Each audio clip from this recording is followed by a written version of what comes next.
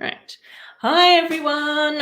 I'm not too sure who is out there in YouTube land watching, but welcome. It's really nice to be here again this Saturday night. And this week I will be building on with Diagon Alley, and this time it will be with book 3. So in this book, we are going to be checking out the Florean Fortescue's ice cream parlour, which is the beautiful bright yellow building. And then we've also got Flourish and Blotts, which is the bookshop as well. So that's going to be kind of cool to build that up. Amy and Corne's here in the chat. Hi, guys. It's lovely to have you both here.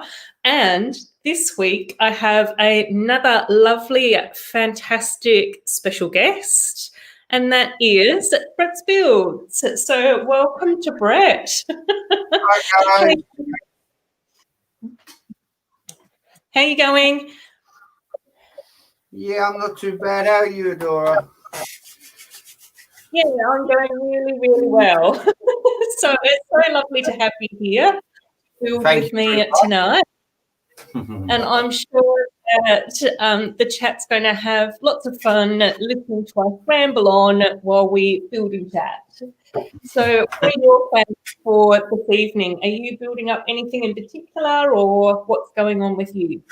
I do have a set, and as I said to you backstage, give me 2 or 3 minutes because I'm going to have to unbox it and unbag it. But yeah, I have got the Wonder Woman 84 set. Oh, exciting. Oh, that will be a good one. Yay.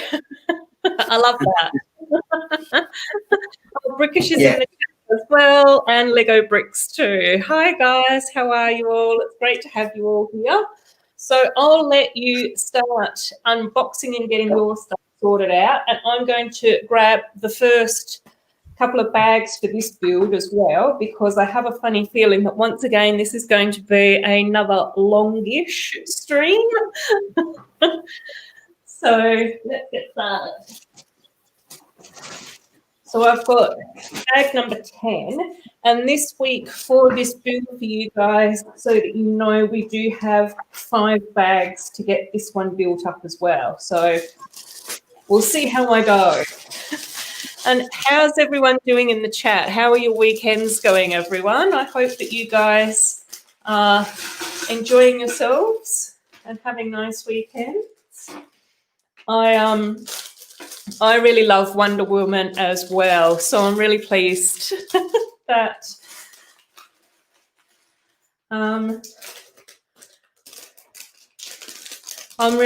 what's going on? Brixish is good, apart from having a headache. Oh, that's no good, Brixish. We don't want you to be feeling poorly or anything. Amy's going well. That's nice to hear, Amy. I'm really pleased about that. Yes, I'm going okay, for those in the chat who are asking. I had a really strange week this week. And I had hoped to try and get another video sorted out on Wednesday, but I had to go out and run some errands, which is, you know, fine. That's just all part of life. But when I was at the hardware shop picking up some fairy lights to use on my Lego displays, of course, everything revolves around Lego, I had this guy run into my car. So I was coming out of the car park and he was in his car bay, and I just don't think that he saw me at all and just reversed straight into me, which is, you know, that happens. We're all human. We make mistakes. We're fallible, you know. These things go on. But he was really rude about it and refused to get out of his vehicle and didn't say sorry, which again, you don't have to. I know that a lot of the time insurance companies say that you're not supposed to apologise, which is a weird thing in life. But anyway, but yeah, he was just really rude, really horrible. And now, in order to get the back of my car fixed, my back door, I may have to end up spending $950 on my excess because he didn't provide me with his contact details. So hopefully I won't have to do that, and hopefully the insurance company will find him, and hopefully he will get fined for basically doing a hit and run, even though that's not with a person, it was property. You know, the police still, legally, it's still classified as a hit and run. Fortunately, no one was injured. I wasn't hurt. Pucky was in the back seat. He wasn't hurt. The guy that was driving wasn't injured. So, you know, all of that stuff I just sort of go is a complete blessing. But it just meant that I spent most of Wednesday on the telephone to the insurance company and making a police report. So I didn't get my Lego video done that I so desperately wanted to do, because feels like I haven't done a video for ages. So yeah. But it seems like a few... Do you not have a dash cam, Dora? Hey? Do you not have a dash cam? No. No, I don't. In the car? I don't drive often enough to warrant one. But now I'm regretting that decision, obviously. But because he hit the side of my car, I don't know how useful a dash cam would have been in that situation anyway, unless I turned around to actually film the conversation that we had where he actually refused to get out of his vehicle. I did get his number plate. And, well, you know, as long as you've got a photo of that, then you can prove the claim. Obviously, if you had no details for him, it makes it a lot harder, and it would have probably fallen to you with your excess. I only say this because I'm a driver myself, but I ride a motorcycle, and as you know, them things are dangerous, so you have to be extra careful on them. Yeah. And then I just sort of go, you know, I understand that, you know, sometimes when accidents happen, they are just that, it's an accident. But then sometimes people assume that they're in the right when they may not be, you know, but I just sort of go, just pass over your details and let the insurance company deal with it. That's why we pay them. You know what I mean? Exactly. You tell your side of the story, I tell my side of the story, and then it's up to the insurance people to figure out who's in the right and who's in the wrong. So, yeah. Oh, and it looks like Jezza is in the chat as well. Hey, Jezza, how you going? I was just watching your mother video before I came onto the live stream. So it's just your update, Rose, about your set. So, yeah, it's a bit dramatic for this week. It was just more annoying. Just say, I want to build Lego and not do all this stuff revolving around our responsibility of for insurance companies. So, yeah. Maybe you need one of them e-bikes, Adora. Yeah, I know. I don't know how Puppy would go on them, though.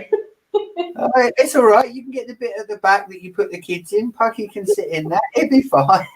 It'll be okay. Yeah, exactly. It probably would be good fun, really.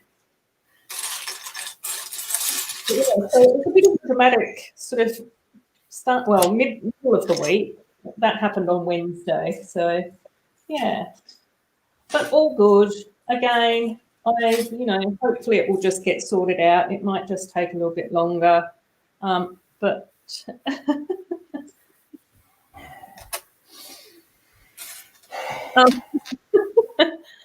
yeah, Brixish is saying there will always be peeps in the world like that who are not so nice. Yeah, exactly.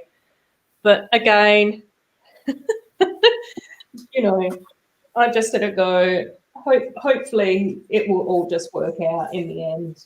And again, my biggest concern was actually making sure that no one was hurt. That's always my priority when it comes to crashes and that sort of thing.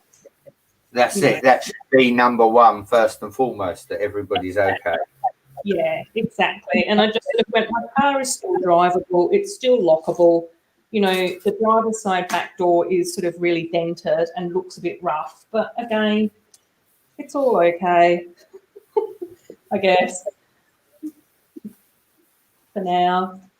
And then we've got Brixish agreeing with you, Brett.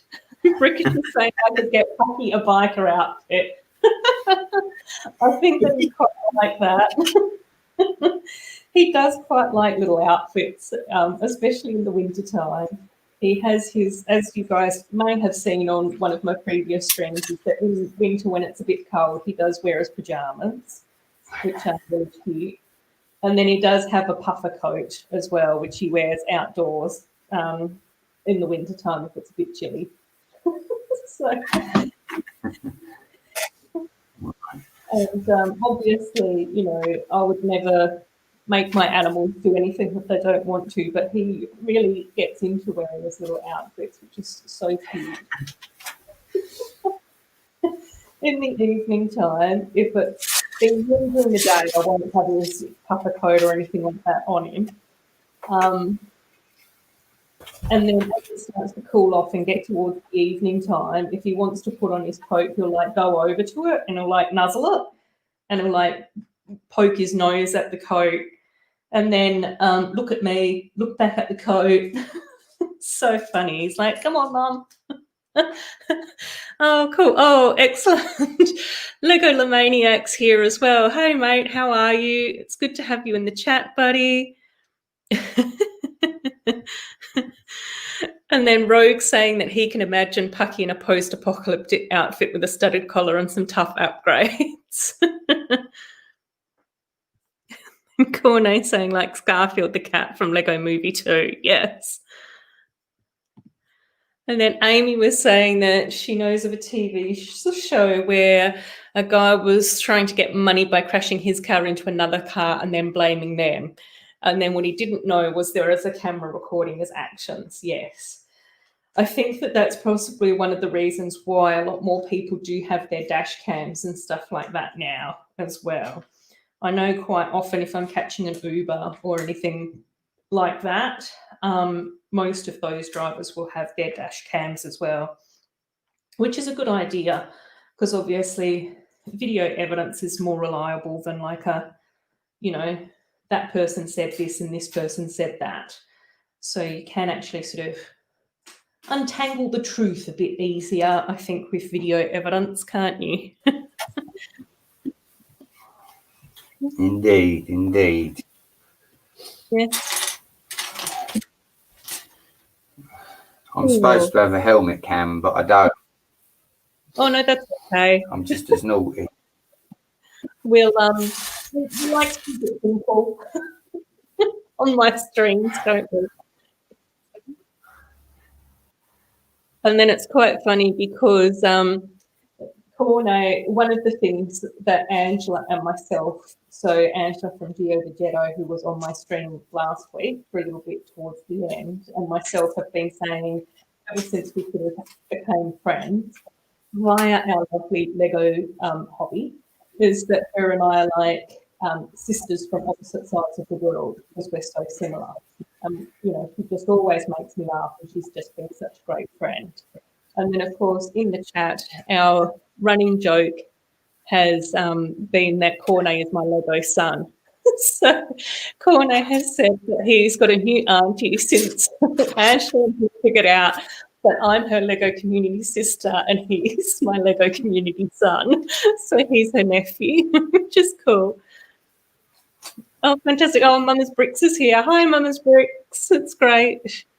And then Rogue has also said, has everyone seen Legolamaniac's entry on Lego Ideas?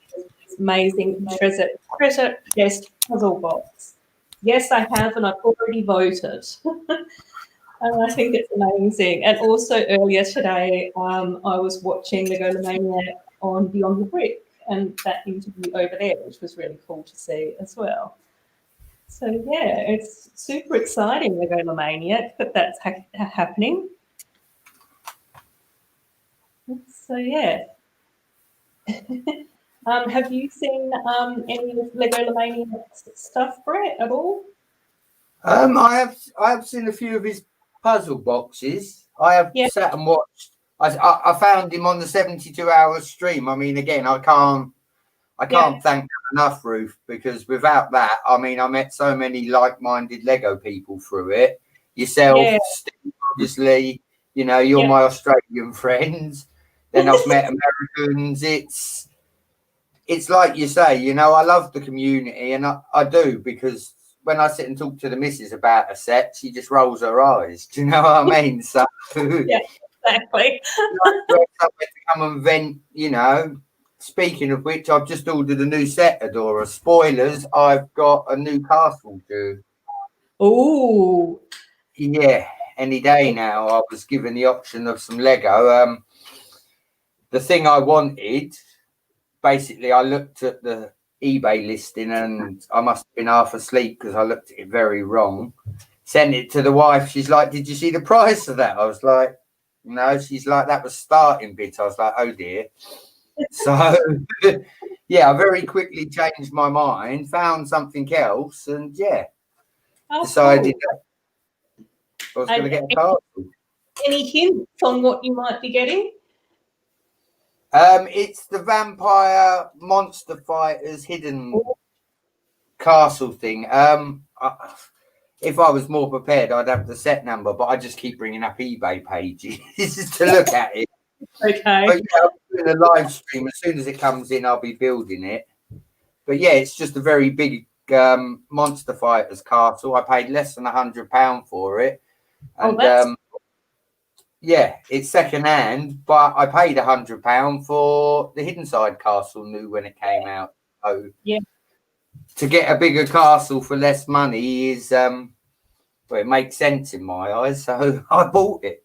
But yeah, I'm just waiting for it to be delivered. So those monster fighter sets are actually really cool. I haven't looked into too many of them in loads of details, but I do know some of the other guys here on YouTube build with them and sort of show them and all of that sort of thing. yeah, so yeah, that's where I've sort of seen them the most. Yeah, well, it's going to be my first set of Monster Fighters, Adora. Yeah. I mean, I've got everything else, but I've got nothing of that. Well, there are quite a few themes that I haven't got loads of stuff of, but yeah, I've got most themes. I've got something of something in Lego. It's like the Harry Potter. I've got, since the wife's given me all the Harry Potter, I've got half a collection, Adora. Do I continue the collection or do I sell it? I just don't know. Yeah. Well, you don't ask me anything about collecting because I'm the worst with wanting complete collections, and I get weirdly obsessive about making sure that I've got everything. So, don't get me wrong, I'd like to have everything, but as you know, it's just the cost of keeping up. Oh yeah, I know. My lovely accountant is actually coming over tomorrow on a Sunday to help me sort out tax, which is really nice of him. But he's a fantastic guy, really lovely. He's actually subscribed to my channel as well, so see, yeah, it's all the support you can get. Yeah, I know, a very lovely accountant. But I'm really terrified of even having any concept of how much money I've spent on Lego. And I'm the key is just don't think. If you don't think about it, you don't worry about it. So yeah. And then brixish is saying that Monster Fighter house is awesome and you've got a great deal, Brett. So that's really cool. It's not the house, it's the vampire set, Adora. I wish it was the house. The house is still very expensive in the UK, even pre-owned. Again, these are all things that I constantly monitor on eBay because just like you, although I don't have that, I must have everything in the set OTD.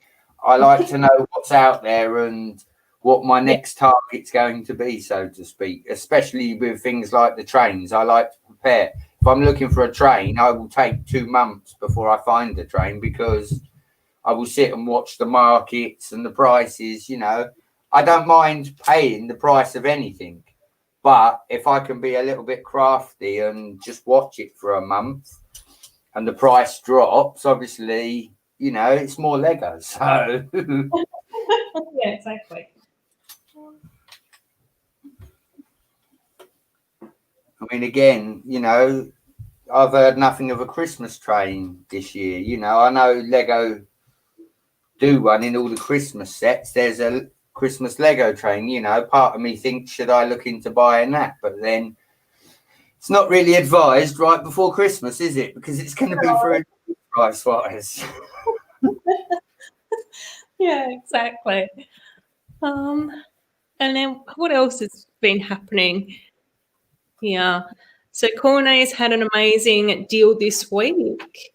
He was able to get the big race day friend set, which is a fantastic set. I really like all those friend sets with the go-karts, and also the fashion shop for 47 in total. So the original price of those two combined was 95. So I got it for more than 50% off. And I'm going to echo what Rogue Transformation says today, that I love a good deal, and that sounds like a fantastic deal.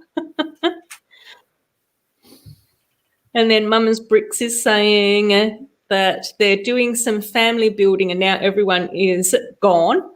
And of course, Mama's Bricks is still building. And then Lego Bricks is here and is saying that they're going to upload a new video after 3 hours. So please, everyone, go and see it. Of course, I'll check that out. And of course, Lego Bricks also says that sometimes he's seeing Lego lives, but this live is so nice. We love you too, Lego Bricks. That's absolutely lovely to hear. Fantastic. And Cornet is going to be crafting today, which is really cool. I always like to hear that people are like either building along or doing some sort of crafty stuff while they watch live streams. That's what I always like to do as well. So he's going to be running around his room. So if I need some Harry Potter info, I'll just have to scream, Cornet, and he'll come over and answer because he's my lovely Lego son that looks after me and keeps me in line. And then Brixish is saying, oh, right, Brett, that's the one that looks similar to the Hidden Side Castle. That's an awesome set too. So everyone's very excited for your find as well. Oh, Zoey is here. Hi, Zoey. How are you going? So lovely that you're here. Mama's Bricks is building the big jungle set, which is really exciting. I love both of those jungle sets. Pucky is having a little grumble because he's just realised that Vega's having her 9-year-old birthday. So if you hear any weird grumbling in the background, that's little Pucky having a very excited response to Vega's birthday, I want to say.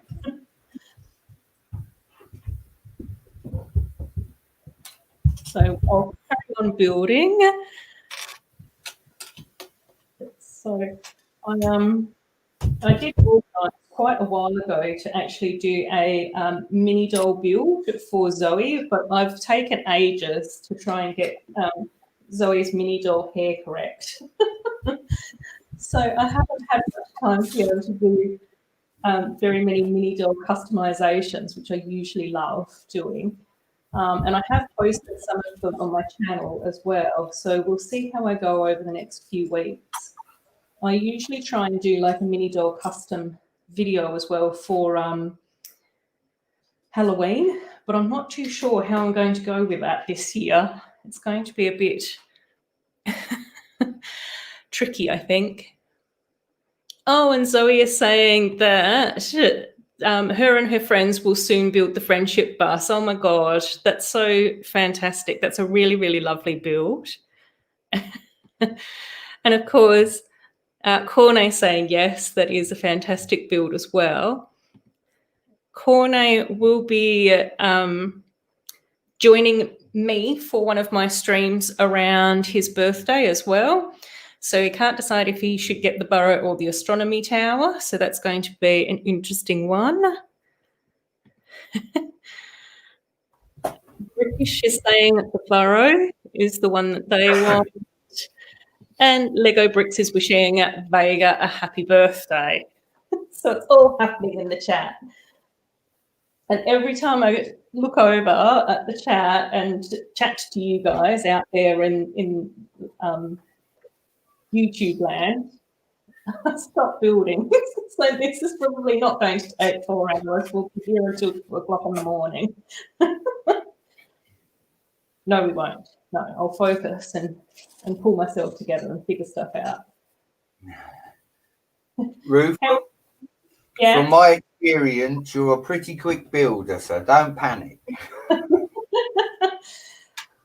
When I can find my parts, which legolamaniac's going to say to me, if I sorted my parts out before I started building, then I would have a better idea about where they all are.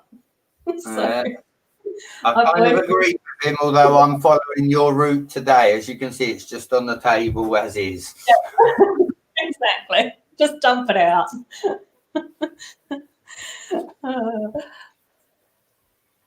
And then Zoe's also saying happy birthday to Vega as well, which is really sweet. And then lovely Amy, who always looks after me as well, is saying for the Halloween video, don't worry about it, because she knows that I'm such a worrywart. I'll try not to. We'll see. I might be able to pull something together and do something quickly. I don't know. Oh.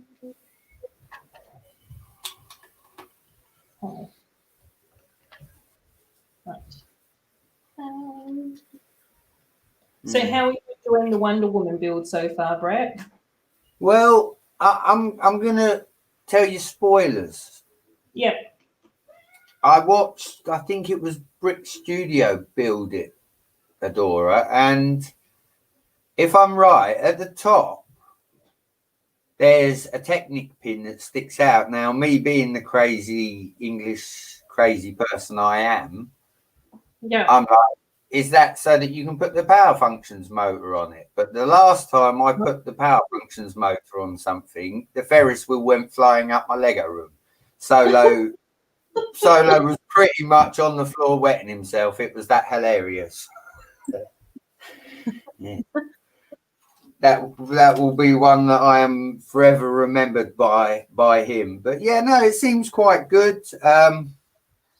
I got this, and I also got the Lego City garage as well at the same time. I built the garage the first day, but yeah, the Wonder Woman set's a little bit different, so I would save it. And then, funnily enough, you sent me that message, so here we are. Oh yes, excellent. And then Cornet is giving us an update, saying his friends are saying he should do the tower, but the borough also looks great. He can't choose. Maybe he'll buy a big box from one of his friends with older friend sets, because she for sure has the Dolphin Cruiser. Excellent. And then Lego Bricks is also saying today he buys 5 Lego sets, but when will the live end? He'll start building today. And Zoe's super excited about 5. Wow, you're lucky. Yes. So that's what's happening in the chat. Everyone's very pleased for you, Lego Bricks, about being so lucky to be able to get 5 sets. It's always exciting when you get a bit of a haul, isn't it, Brett? Yeah, definitely. That's what I've missed throughout the lockdown. Yeah. No yard sales, no thrift stores, no going out and buying in bulk cheap. It's just all been eBay purchases, which, yeah, as you said earlier, upsets the accountant. Yeah, exactly.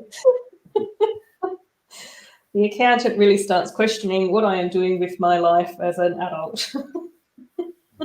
He doesn't actually. Yeah, but then let's face it, Adora, since we've been put in lockdown, there's no going to bars, no going to concerts.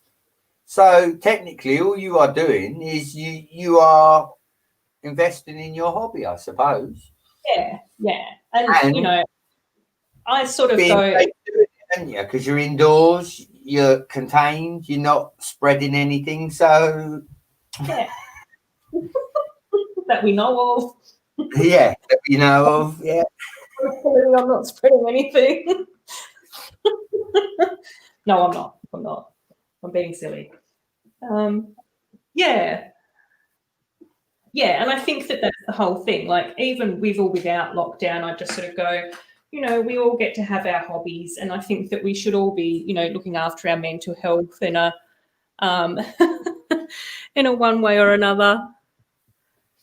Well, this is it. In the UK, they actually give Lego to the old people to keep the brain stimulated. And I think that's an absolute brilliant idea. If I was the head of Lego, I would send out tons of free Lego sets to the old people, because you've got to think, they're our veterans and they're sitting in doing the same as us now. You know, I know jigsaws were good back in the day, but now that we've progressed, why not just donate a big batch of Lego to like these people?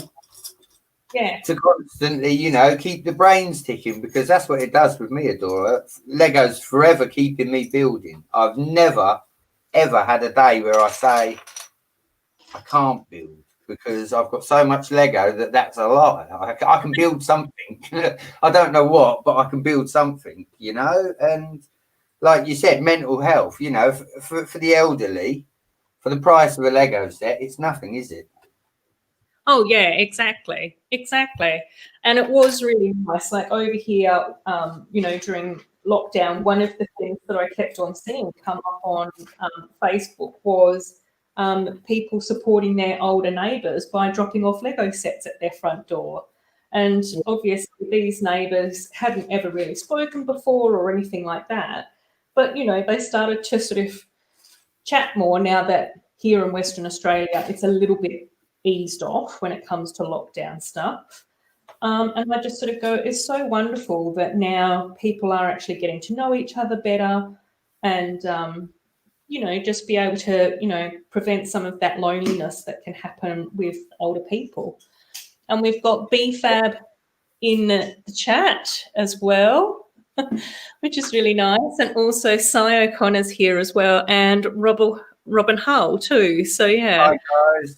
Really fantastic that you're all here. Thanks for joining us today, which is cool.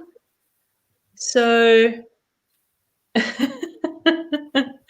and then Rogue's having some trouble with his internet provider today, and he keeps popping in and out of this web space time continuum, and he's just asked if legolamaniac has a similar problem because legolamaniac, as we know, is our resident time traveler. Just cool.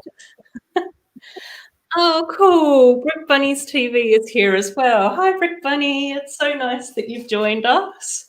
It's lovely to have you here. And I think somewhere in the chat as well, Robin mentioned that it's Mrs. Hull's birthday too. So happy birthday to Mrs. H. I hope that she's having a wonderful day, Robin, and that you've spoiled her with lots of Lego. So it's nice to know that two of our favourite Lego supporters in Vega and Mrs. H are sharing a birthday. Oh, yeah, that's good fun.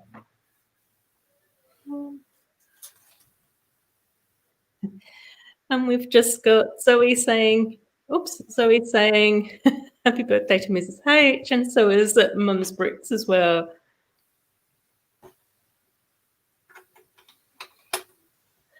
And then legolamaniac saying, yes, an unfortunate side effect of the chrono crystals. You usually have to reset the timeline to fix it. I did notice, Lamaniac, in your Beyond the Brick interview that you had your time crystal dots bracelet on as well, which was so cool. That looked absolutely awesome. Oh no, Amy saying happy birthday to Mrs. H as well. Robin saying that he didn't buy Mrs. H Lego for her birthday, which may be a wise decision, I'm not sure. But a birthday gift hasn't arrived either, so that's no good. I'm sure that she'll be more than understanding, though, if it's a little bit later. My birthday this year happened to fall on like a public holiday, like a bank holiday. And so I knew that there wasn't going to be very many places open and whatnot, and that was probably going to be a little bit of a pain to try and deal with. So my mum and I went out for lunch on the Wednesday instead, which was really nice.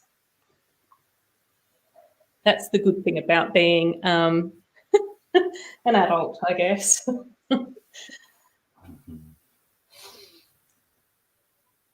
I have a birthday to come. My birthday's next month. Oh, is it? Oh, Yeah, and it's a right. big one. Oh, is it? Oh my gosh, I know. Well, this year for me, it wasn't a very big one. So I was just like, I don't think that very many people care about 43 somehow or another. I don't think that that really sort of matters too much. I think I stopped counting at 20, Ruth. Yeah, I know, exactly. Once we get all the big numbers out the way, then I just sort of go, that'll do. That's it. 18 and 21, that was sort of it. 30 maybe, and I just sort of went, both my brother and I, when we had our 40th, because we're a year apart, we were just like, don't say the F word. Nothing to do with a 4 and a 0 is welcome anymore. Yeah, no, that's the one I've got coming up, the 4 and the 0. Oh, really? Oh, cool. And then Zoe's saying that she's building a set today. It's not an official set, but a fan-made set, and it's a friendship tree house. That sounds really cool, Zoe. And I'm really glad to hear that that's going well. There's some other weird stuff going on in the chat, which I'll just largely ignore, I think. You guys, when you start getting strange in my chat, BFAB, I'm talking to you. The likely suspects, the likely suspects. There's the usual ones that get all rambunctious and carried away in my chat, and other chats as well, I think.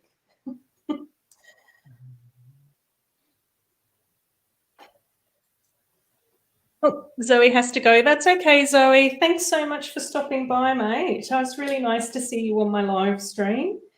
And I will get on with your mini doll as well. She is coming. She's just taking forever because I'm a slow poke at the moment.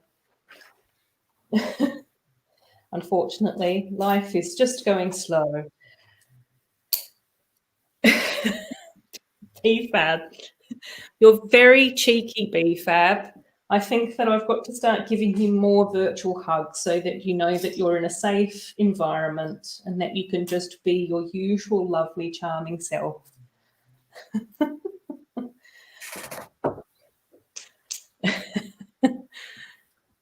And then Rogue saying next year it's going to be his 5-0. That's exciting, Rogue. Have you got anything? Have you got anything special planned for that, or is it just going to be spending time with the family? I guess it will probably depend on how things are going in the world. That's probably going to be the biggest deciding factor, I guess. So, yes. And then Cornet's asking me when my 400 video is coming. That's the one that I was meant to do on Wednesday. And instead, I was filling out insurance forms. So,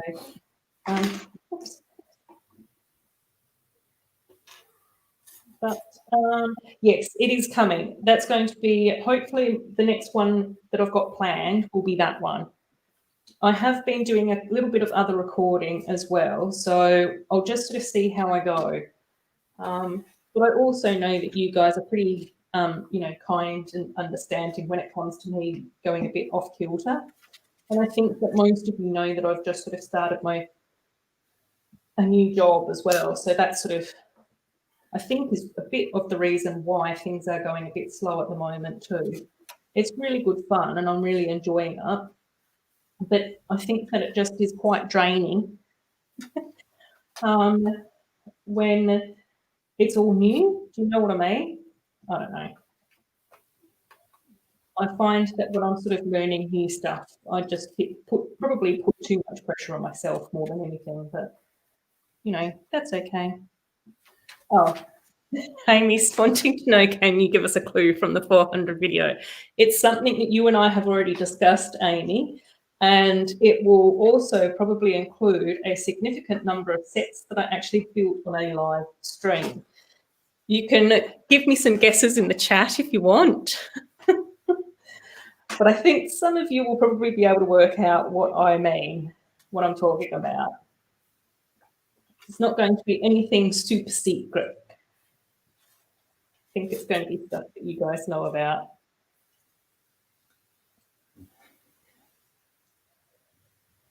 And how's Wonder Woman coming along there, Brett? It looks like it's taking shape. Yeah, no, it's more detailed the other side, this side. I'm just putting all the slopes in at the moment. But yeah, no, it's like the space sets, Adora. It's pretty easy to put together. And yeah, I just find it enjoyable because everything else is a nightmare to build. That's the thing, really, isn't it? Yeah.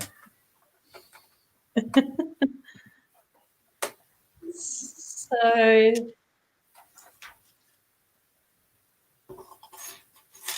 oh, cool. So Cornet is saying that he went out to find 75 chestnuts in the park and came back with like 300 of them. Oh my goodness. And is going to use them for a lesson on autumn for his intern class. Oh, that's so cool. We don't really have chestnuts here in Australia. Like, I'm sure that there are chestnut trees around that have been introduced, but that's not really an Australian type thing. I'm trying to figure this out. I'm really dopey today. I think. Oh, I think I've done this backwards. Okay. And then dedicated to how cool you are. It's going to be dedicated to all the men in the world that act out by having weird senses of humour instead of just receiving hugs, BFAB. That's what my 400 video is going to be about. Rogue is saying he'd like to visit London again if lockdown is not in place. Oh, and his birthday wish would be to meet up with all his Lego friends for a coffee in the Sky Garden Tower block. Oh my gosh, that sounds awesome. Absolutely amazing. Oh, and Jezza, while we're talking, I did actually go to the post office to send my sig fig to you, but it was still going to cost $20. So I was just like, Jeremy's going to have to wait a little bit longer for that. So I did try again. And then we've got, what have I got? Witchy grubs in Australia, have I ever had them? No, I haven't. And then Brick Bunnies is saying London calling to Rogue, which is really cool. legolamaniac saying 400 videos, making one for every subscriber. How generous of me. Yes. If I wasn't crazy before, that would definitely send me bonkers. So that's the aim, isn't it?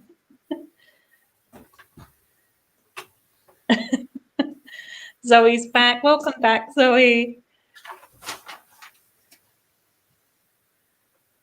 Yes.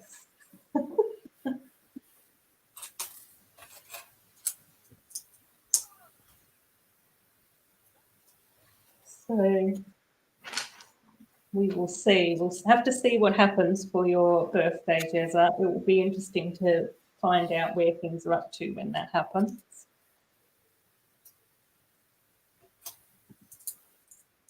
Oh, cool. Oh, that's really nice, Corne. It's always handy when we get extra stickers in a set. I'm pretty sure that in the Wonder Woman set that I got loads of extra stickers. It was insane. I think that was the set which I ended up with a great big pile. So I'm not too sure what to do with them, but I do really like the gold stickers that are used on the satellite things on that set.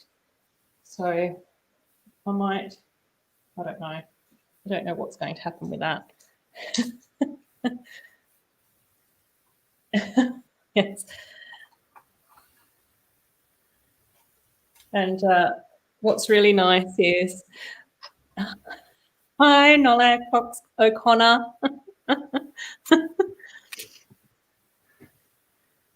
And then Legolamaniac's offering to be my distribution centre in Europe.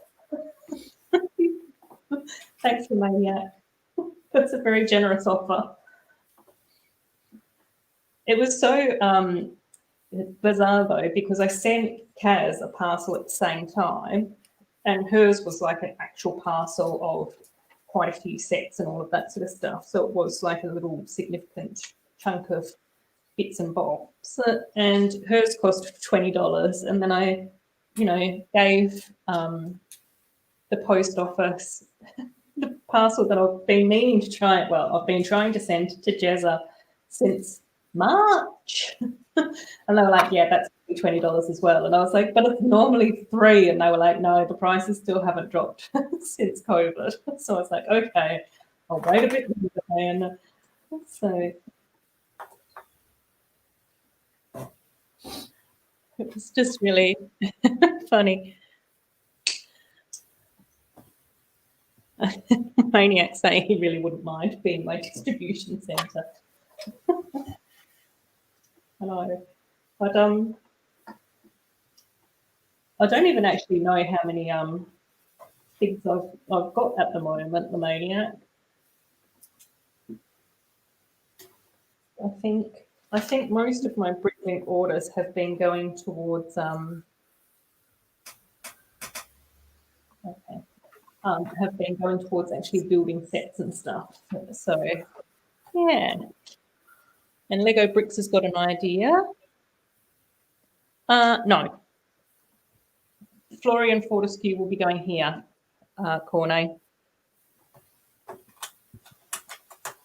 Yep. Happy to share your idea, Lego Bricks.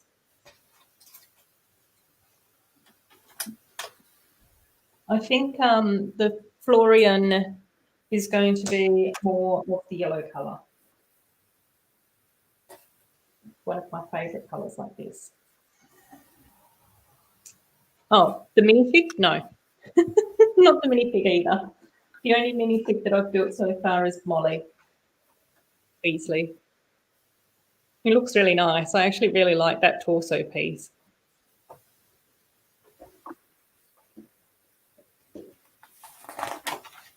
Right. Okay.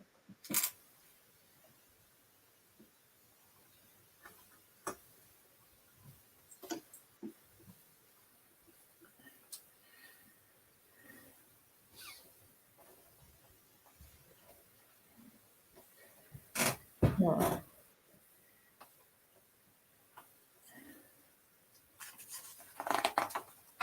So we've all gone a bit quiet now. That's usually meaning that we're deep in thought and build mode.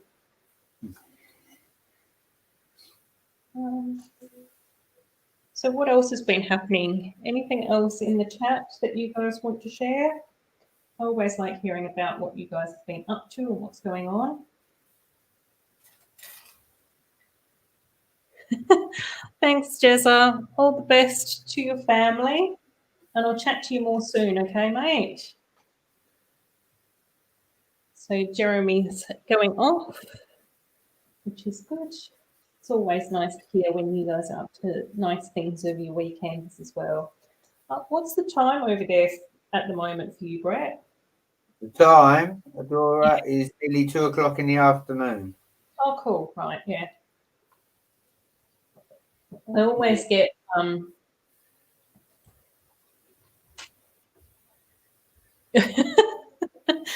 and BFAB saying, if you guys ever need someone who's not quiet, I heard I'm perfect for streams, lol.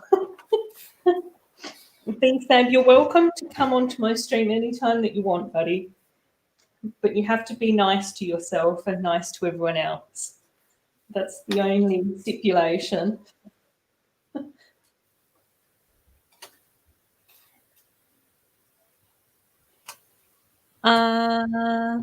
So Corne saying the prices of the Harry Potter Summer Sets 2021 have been revealed. There'll be 14 sets with a total price of $810. There will be a $250 D2 C set, which will probably be Gringotts. Yes, I think everyone's hedging their bets on Gringotts being another large set.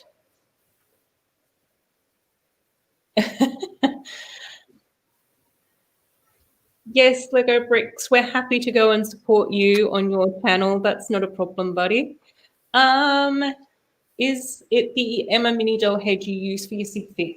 Yes, I think it is. But I think it's the older one because I think that she's got a newer one. But it was, yeah, from a few seasons ago, I think.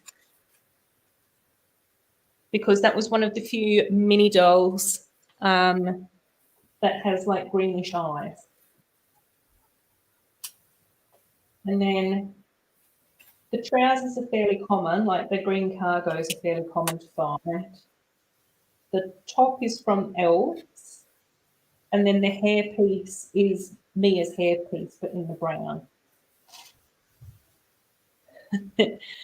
BFAB saying that he's going to take me up on that offer. Excellent.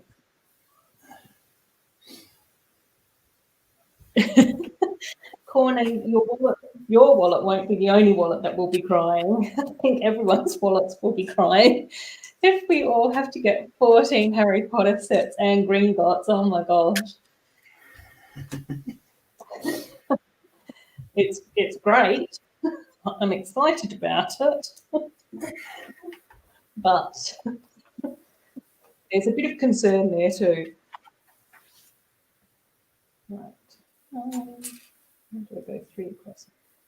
And 3 down. Okay. So we've got a little bit going on there. Oh, yeah. I think it's Emma. I'm pretty sure I went with the one that was more common. And then, of course, Lego changed the face design. So she might not be that common. And I may have to have my mini doll move with the times. We'll see. And then, yes, that's my thought as well, Corne. I do think that if they do end up doing Gringotts, they're going to have to do the Iron Valley. They have to. They have to include the dragon. That's just iconic. Like whenever I see images of any of the Harry Potter worlds or whatever, they've always got the dragon on top of Gringotts, the bank.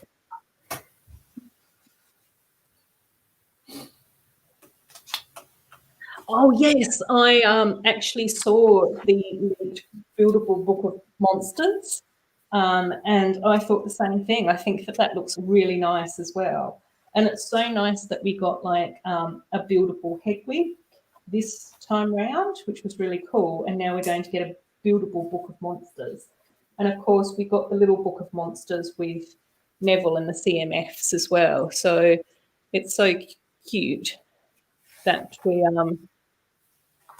will now get a larger version as well. So that's really cool.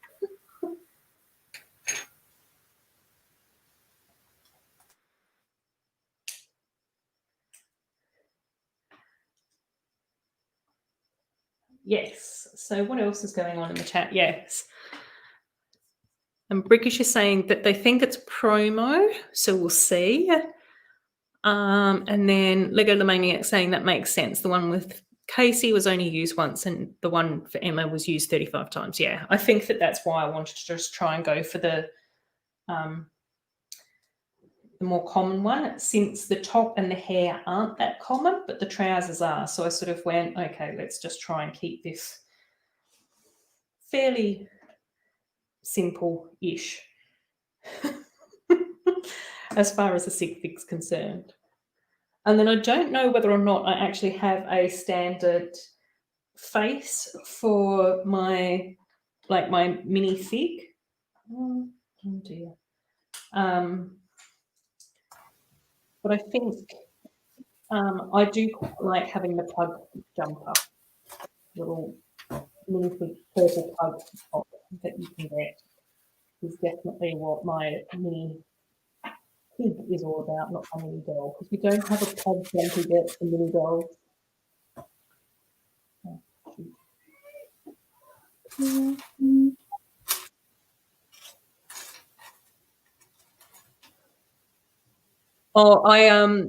Oh, Brick Studio is here. Hi, Brick Studio. How you going, mate? The butterfly pattern I actually removed. So the trousers do come with the butterfly pattern, but I just take it off.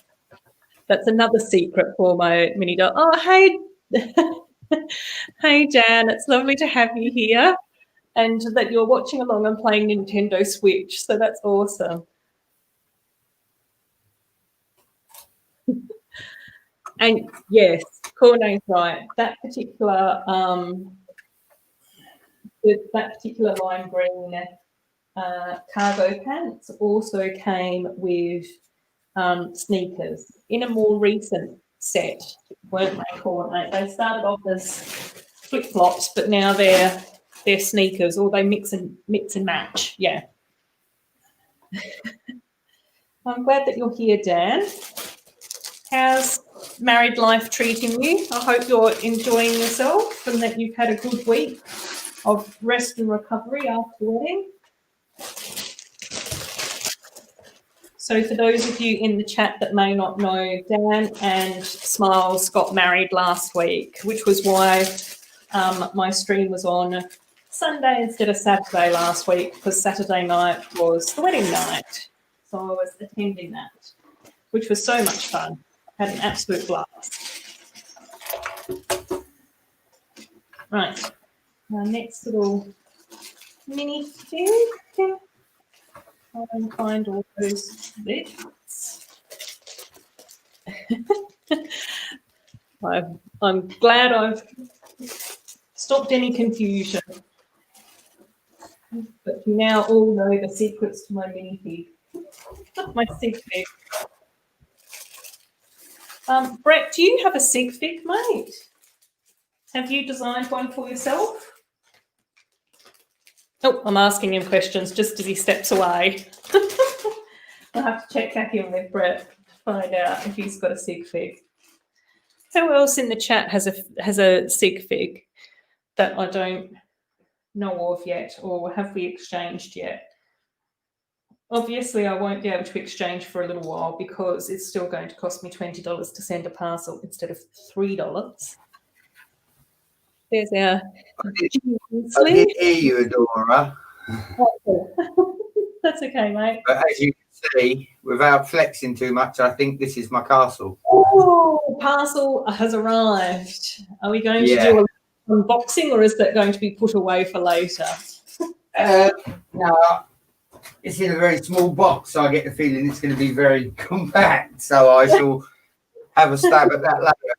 In regards to a sig fig, I haven't really got one, but I've kind of got two figs that I've kind of adapted. Oh, okay, yep. But yeah, these are my figs. I've got the Joker there, obviously, because it's my logo. And then the second one, and I don't know if you know this, Ruth, I'm actually quite hat mad. I've always got different hats on. Oh, cool. So I would have to be the jester, wouldn't I, with the Joker's hat, because I'm always messing about causing trouble. But yeah, they're the two figs I've got. I've not actually got a sig fig. Yeah. But yeah, no, I've got, at the moment, I have adapted a figure for Butt Chop 2021. I have one for Bricksloth. I have one for Winter Bricker. Or Winter Bricker's going to, and she's going to send me one apparently as well from America when, as you say, the price of things isn't through the roof. I think the woodshop teacher's going to send me one, but I've got a couple on the way from people. But I think they're a brilliant idea. I just haven't got round to making one that's absolutely me. Yeah. But I also sort of think like it's interesting because I think that there's sort of two directions that a lot of people take their sig figs in, isn't it? It's either you try and make it resemble yourself somehow or another, or you get a bit creative with it and, you resemble your sort of alter ego if you want, or, Yeah. Definitely. That's why I've got Joker and Jester, because one of them will make you laugh and the other one will make you cry.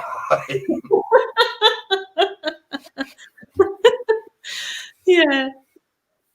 And then Corne saying that he has a Sig doll, but I've already built that. Yes, that's in my mini doll collection. Oh, Daily Bricks here. Hi, Lex. It's so lovely that you've joined us.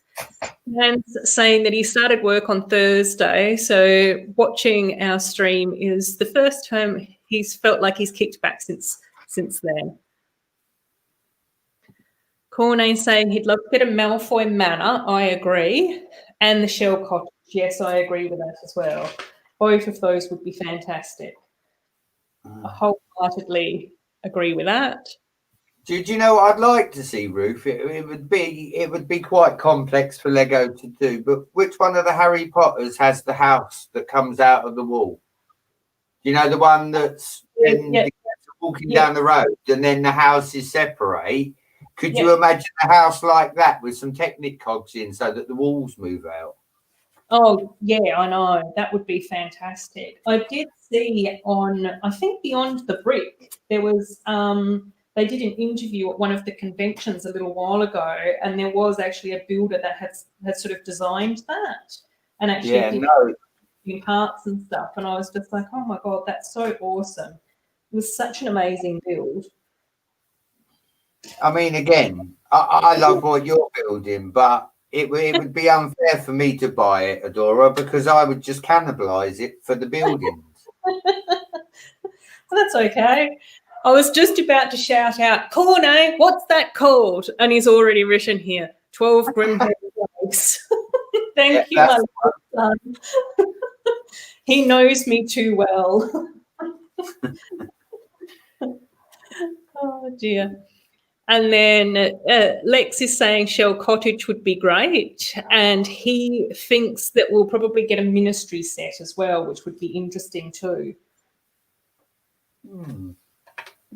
Hallway with lots of fireplaces, maybe. Yeah. That would be interesting. And then they have like the big fountain thing, don't they, as well? Yeah, in the centre. Yeah. And it would be quite interesting if the fountain sort of changed as well, because didn't it sort of change partway through to have muggles being squashed or something? Yes. See, again, two builds. See, you can...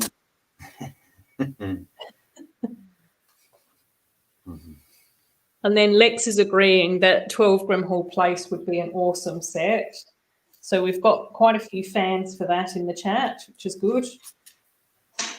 But I find it quite interesting because quite often when I'm talking to people about what sets we expect and what sets we would like, so then they come out with something completely random and different. And it's like, oh, okay, I wasn't even close with that.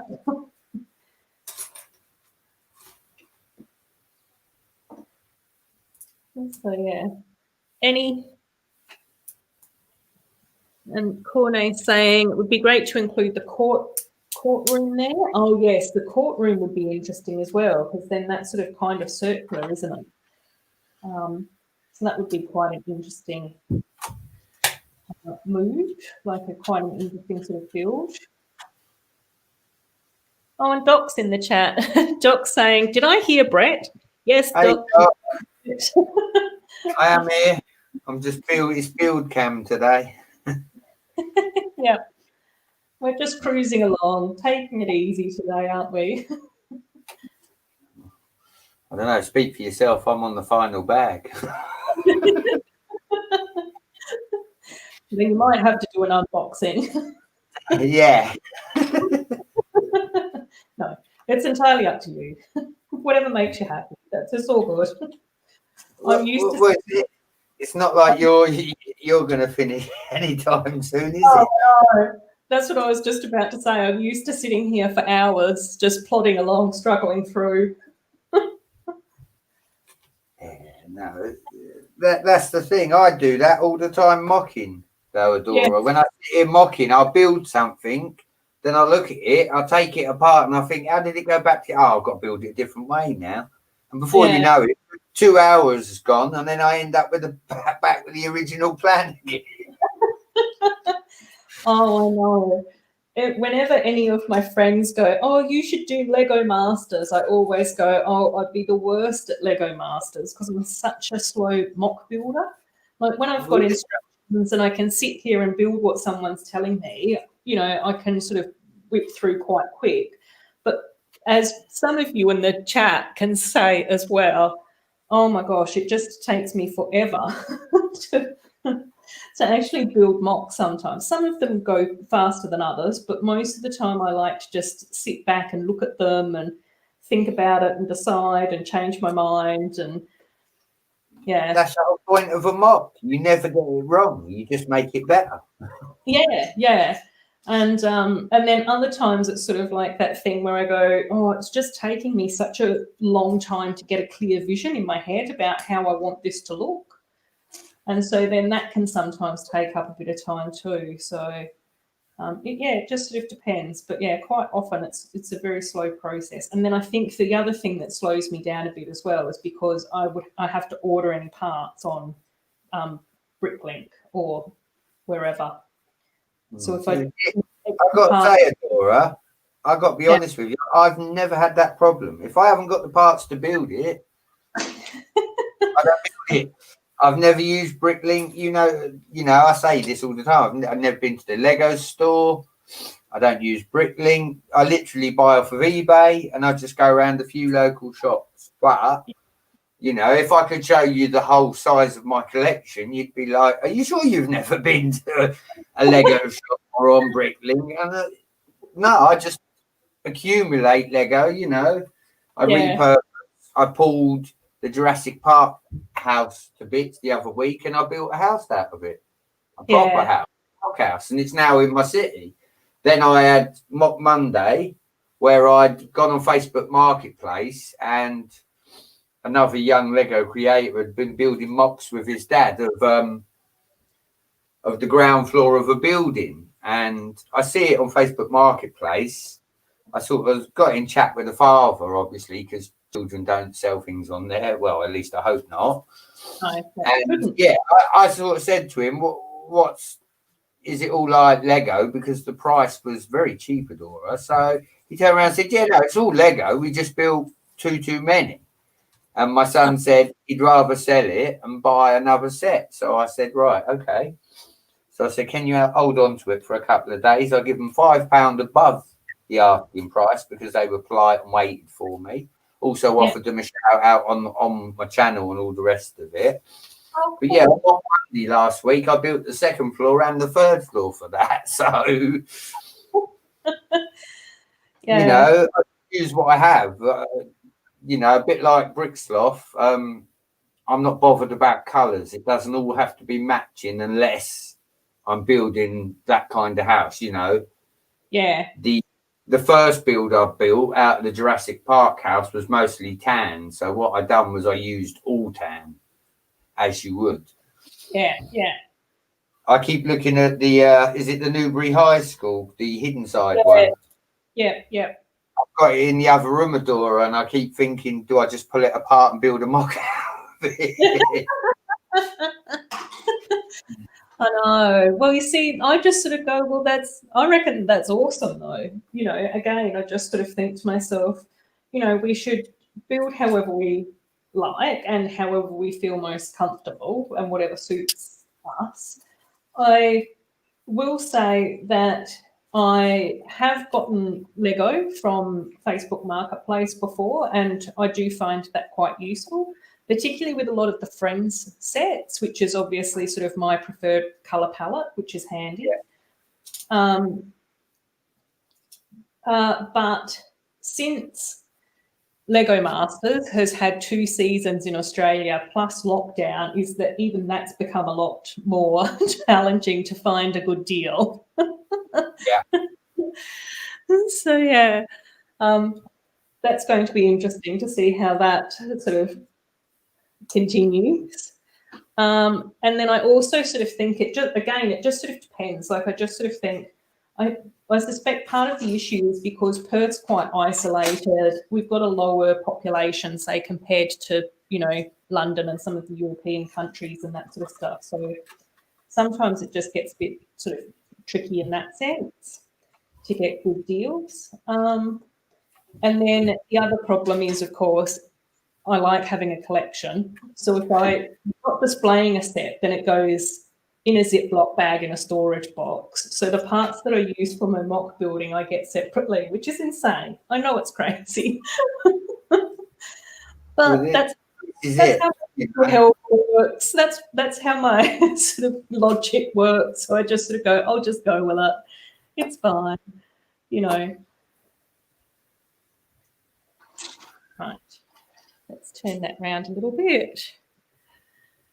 And then Corne is saying we're going back to Hogwarts for a bit. That maybe Lego will do the courtyard as a Hogwarts expansion, or that wooden bridge that gets blown up. It would also be great to get some statues that McGonagall brings to life as well. And then Amy's saying in the UK, you guys haven't had Lego Masters on TV for a few years. So, yeah, I think some of the filming obviously has changed in Australia, as it should do, as it needed to.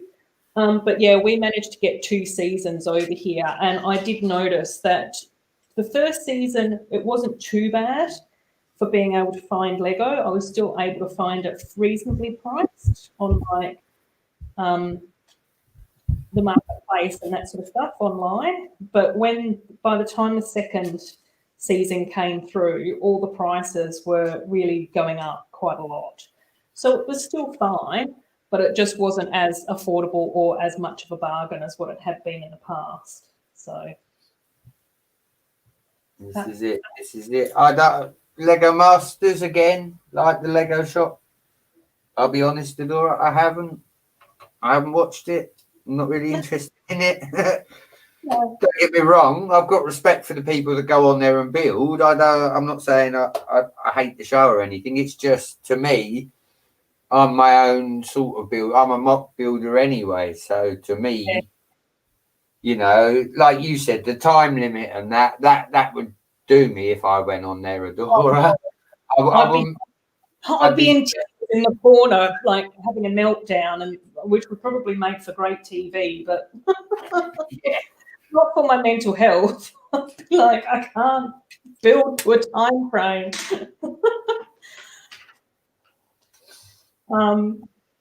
And the other thing I will also say is that I've actually never watched Lego Masters either, so I've not ever seen the TV shows.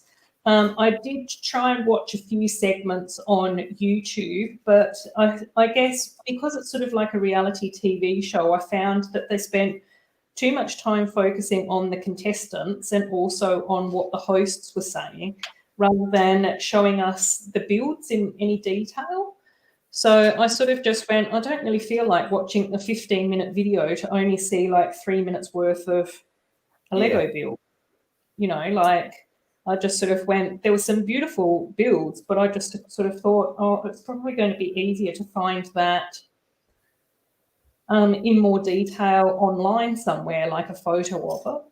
And I do follow some of the Lego Masters on Instagram, and I found that following them on Instagram and seeing their photos of builds since Lego Masters has been, you know, something that I much prefer looking at. So, yeah.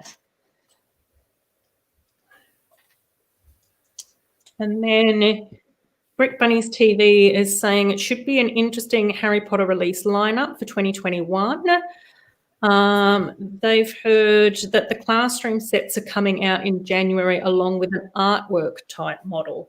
So I wonder if the artwork type model is the Book of Monsters, or whether or not it's actually going to be more of a mosaic. Does anyone in the chat know what? Have we heard any rumours about any of that? And we'll do our investigation and deduction. during our live chat, and then all the sets will come out and it will all be completely different. Sounds about right. Yeah, exactly. But that's okay. It's nice to imagine, I think. That's all part of the fun. Right, the staircase is in, guys.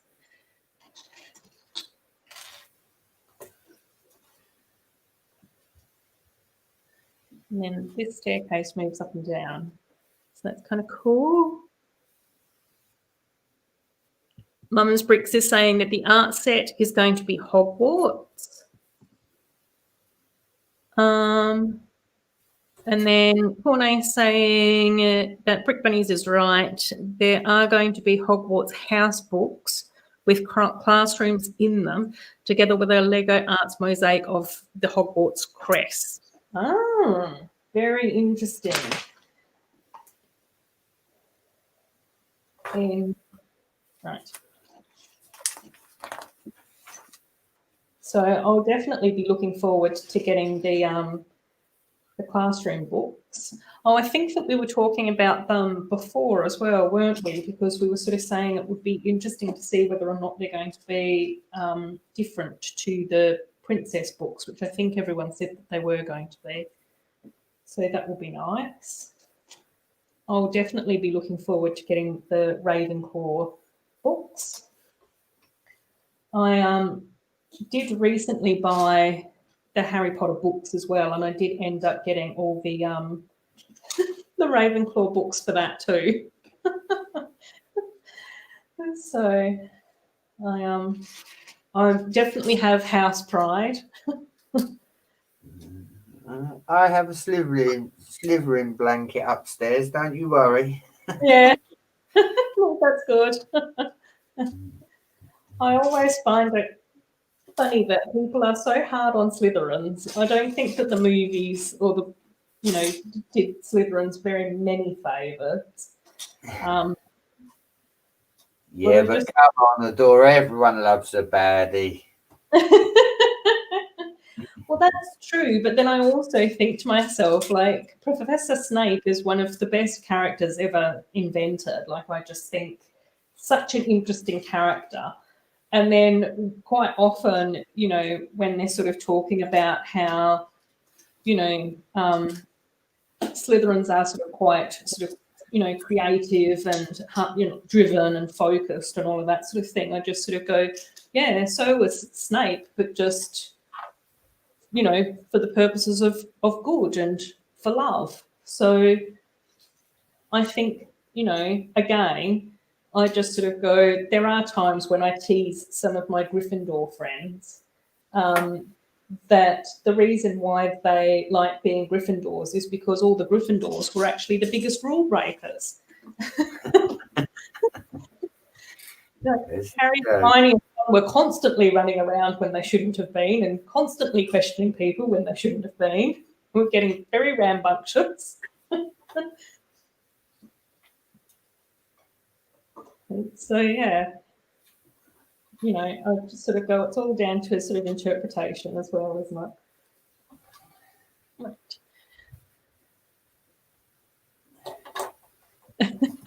Corne saying he's so excited to get Hufflepuff and Ravenclaw books. I just think it's going to be really interesting to see all of them. I do play a couple of like the Harry Potter apps on my phone and stuff, and I think that some of the artwork in those has been really interesting to be able to see the different common rooms and how that's been sort of interpreted outside of the films. So it'll be interesting to see how Lego then interprets that sort of stuff even further. Right.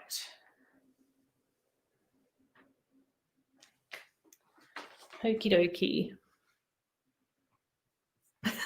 Yeah, I know, Corne. We're in the same Hogwarts house. Well, it's part of the legacy, isn't it? All the families have to go in the same houses.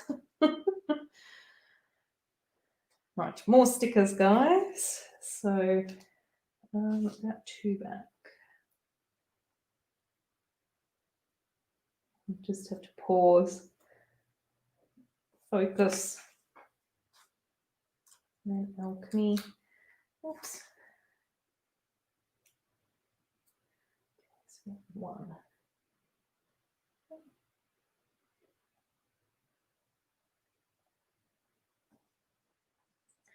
So there's the next little stickers. So we've got a little logo sign that says dragons, and then another one that says alchemy. So obviously that's little signage to go on the back here, pointing to where you can find those books. And then this goes in here, that goes there. Right.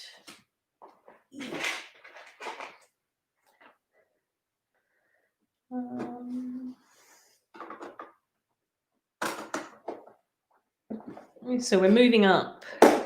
Looks like we've got our next little floor going on as well, which is cool. So I suspect that we will be starting on, yes, we will be starting on Florian's now, by the looks of things.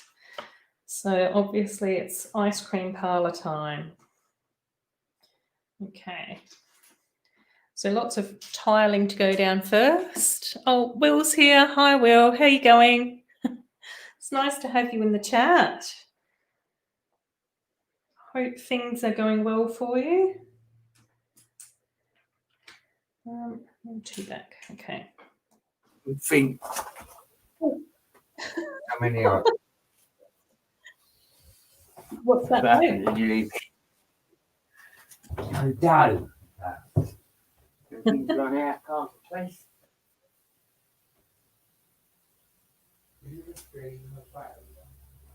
Okay. Brett sounds like he's off dealing with stuff. So I'll just sit here tiling away, doing my thing. Oh, that was...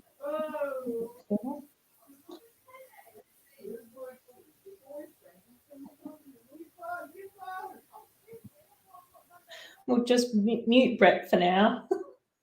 I think maybe he's forgotten. I'm not too sure.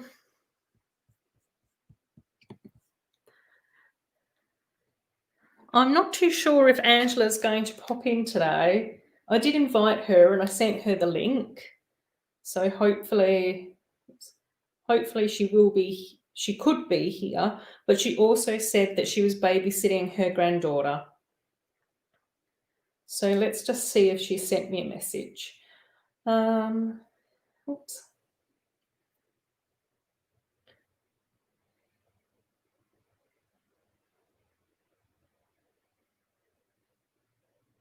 Yeah, I did invite her along, but yeah, she is.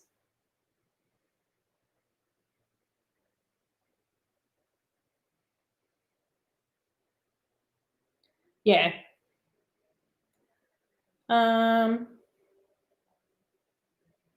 So this weekend, yeah, she's babysitting. Next weekend, she won't be. So we'll see.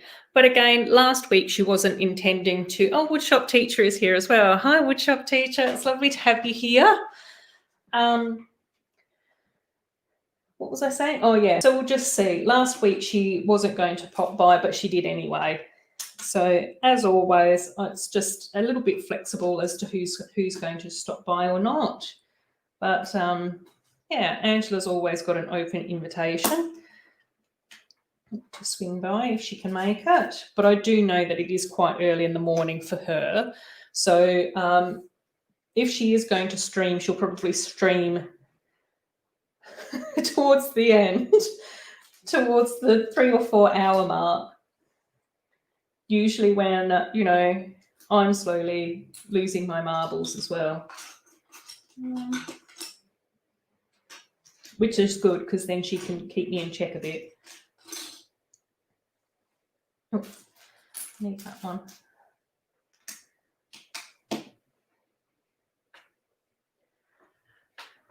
Cool.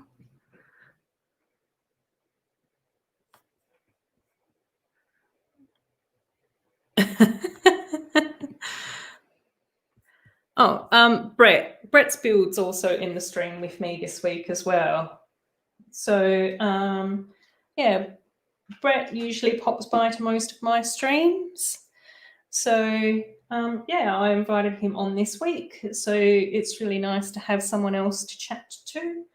And he is building the Wonder Woman 1984 set. And I'm building the Harry Potter book number 3, which is the Florean Fortescue ice cream shop, and then Flourish and Blotts as well, which is the bookshop. So 3 out of 4 of the Harry Potter Diagon Alley sets will be built, hopefully.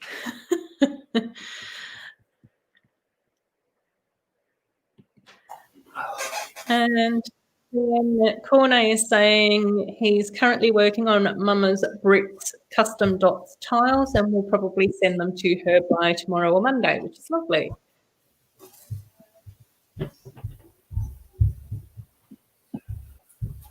So yeah, that's what we're up to today, everyone. That sort of arrived a little bit later. I should have been paying more attention and keeping all of you guys in the loop as to what we were up to. So, Brett, how long have you been on YouTube, mate? I think.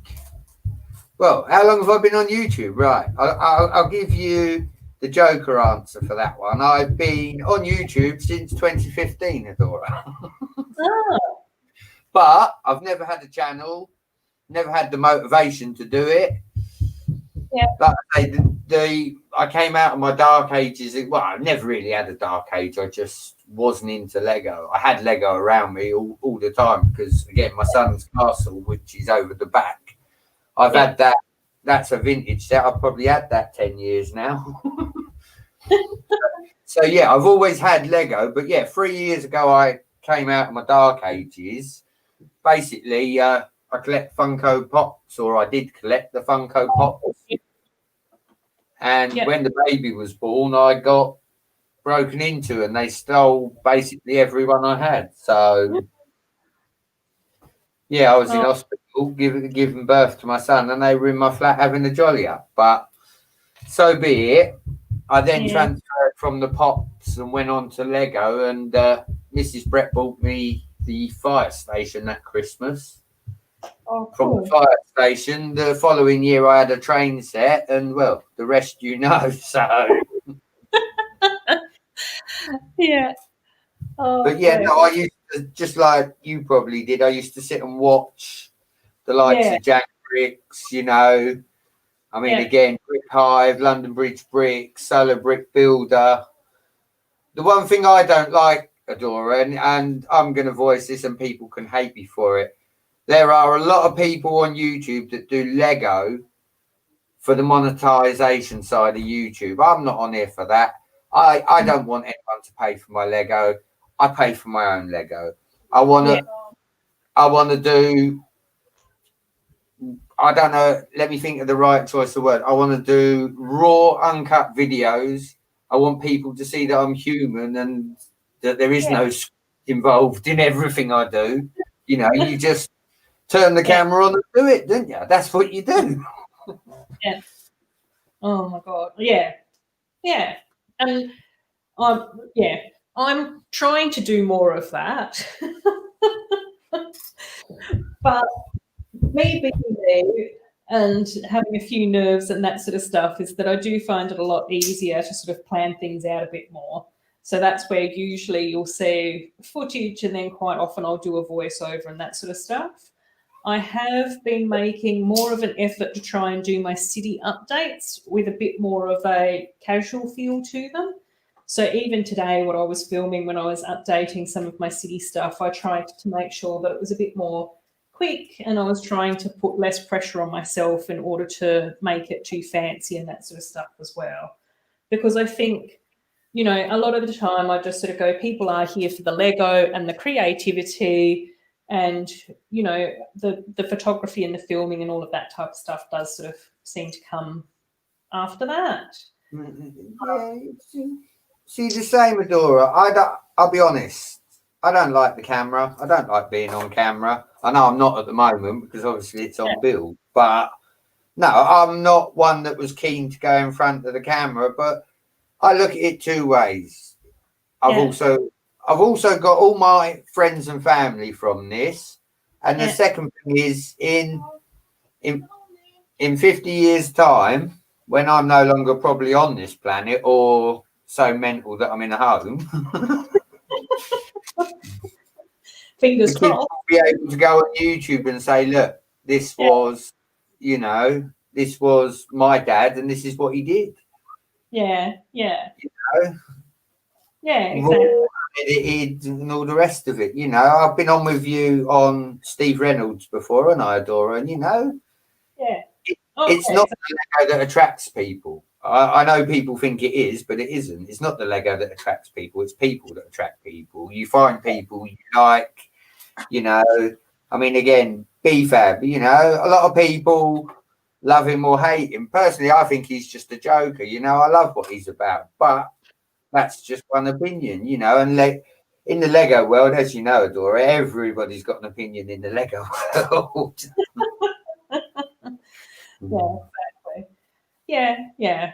But you know, I just sort of go. I think, yeah, it is. It's just nice. Like for me, I just sort of go. I just like people and I like Lego, so you know, I come here and that's what I enjoy doing is talking to people about Lego and getting to know different people from different places and hearing what they enjoy building and what their, you know, how they find their creative process and all of that sort of stuff. I think that's the best bit, Adora. If I've got to be honest, it's got to be the fact that you're the other side of the world and we're streaming together. All of this, I mean, being a computer guy, you know, I remember when it used to take you 20 minutes to load a web page. Now we're sitting streaming in real time. I know. And then we've got other people from all around the world saying hello to us in the chat and everything. And I just sort of go, that's what I really enjoy is all of that sort of side of things. That's it. That's it. It's and I think that, you know, while the common bond is Lego, is that then I just sort of go, but then once we sort of get to know different things about each other, is that then we sort of end up chatting and making friends. Like I just sort of go, if it wasn't for YouTube, you know, then I wouldn't have made a friend in Angela, even you know, with Robin and Mrs. H as well. You know, I think that Jeremy from Rogue Transformations is lovely. Legolamaniac has had me on his stream a few times. You know, I was saying earlier that I was sending Kaz from Blockhead UK a gift. It's nice to be able to stream with you and you're in the UK. So, yeah, it's just awesome. I've made a little Lego sun out there in Cornay. Oh, and Cece's here. Hi, Cece. And she's saying she can't stay long. She's getting ready for the surprise date for Mr. CC. Enjoy. It's always nice to have a surprise date. What's one of them? And then Dan's saying he likes his content creators to be real. Imperfections are perfect, although he does have a few overproduced guilty watchers. I think that you've summed it up perfectly there, Dan. Yeah. And Woodshop saying, I love these live streams with all you nice people. A nice thing to listen to while doing other things. Yes, I completely agree. I was saying earlier, it's always nice to hear in the chat what you guys are up to and if you're building or doing other projects and all of that sort of thing. So, yeah, it's nice that you guys enjoy popping by and saying hello to us while we build away, do a little bit of building stuff. Right, trying to finish off bag number 11. We'll see. I think I've been talking a lot this week. Clearly, I've had a lot of things stored up for a week. Why not? Why not? Exactly. Nobody must. Oh, dear. Right. Now, Brickwork. Brickwork is getting done next.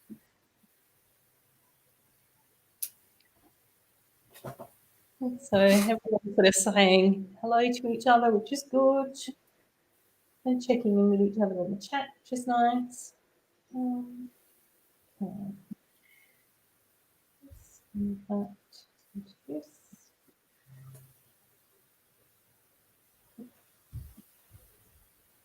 Oh, how's Wonder Woman coming along there, Brett? You almost that's looking. Oh yes. Oh cool. You're onto the gold satellite plates, radiation ports. I don't whatever they are. Yeah, so these ones. My technical knowledge is completely failing me there. Yeah, everything's a doohickey in here. Yeah. Those little thingy bobs. That's it. That's it. Doesn't help being a man and having huge hands. You know, little pots. Yeah, because all of those gold are they all stickers? Is that right from memory? No, these are. If they are, someone's already stuck them on. But yeah, no, these are. That's right. Yeah. The clip-on. Yeah, no, they're printed. I was quite shocked because I expected when the sticker sheet fell out, like you said, for it to be a lot bigger than it was. I hate stickers, Laura. I hate stickers. They are the worst part about Lego. Why they can't just do printed tiles is beyond me. They seem. Oh, I don't know. They seem to be moving a bit in that direction, isn't it? Yeah, it is. I think.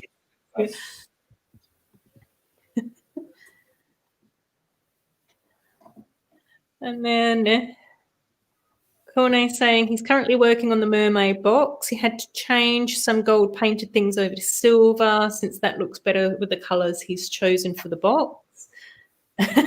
And he's also saying, I totally can't relate Brett's builds because a lot of the stuff that Corne does is so detailed and so precise and in such a small scale. See, that would be fine, Adora, if I had small hands. I don't know. Yeah. I don't do no miniature work, you know. I love Kaz's Micropolis, whatever.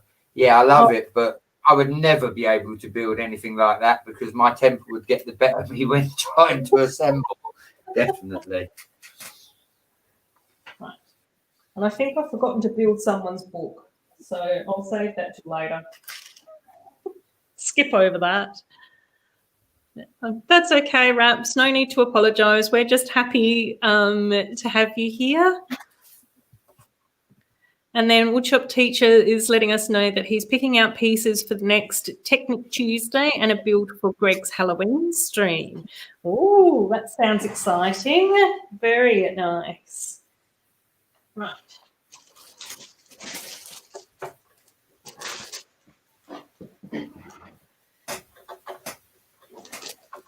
So that's good. Yeah, I saw on Instagram or the YouTube community chat or something that Greg's injured his hand, which is no good. So I hope that he's going okay. I saw in the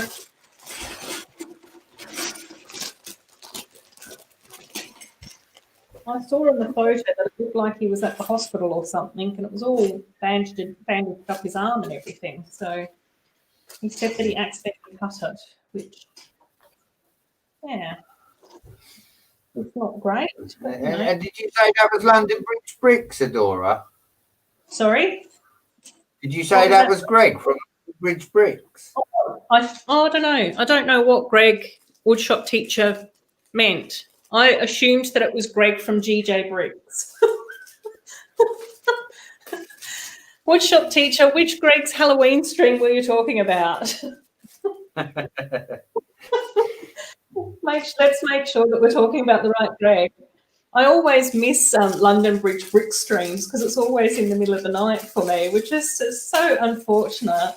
I do try and catch his videos post, but he doesn't do very many videos. So, but he's such a lovely guy, and they're so much fun.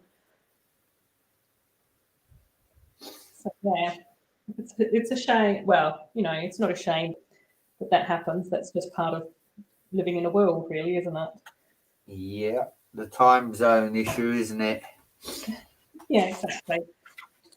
All right, so ooh. Yeah, Florian is in this bag, Corne. I'm just building him now.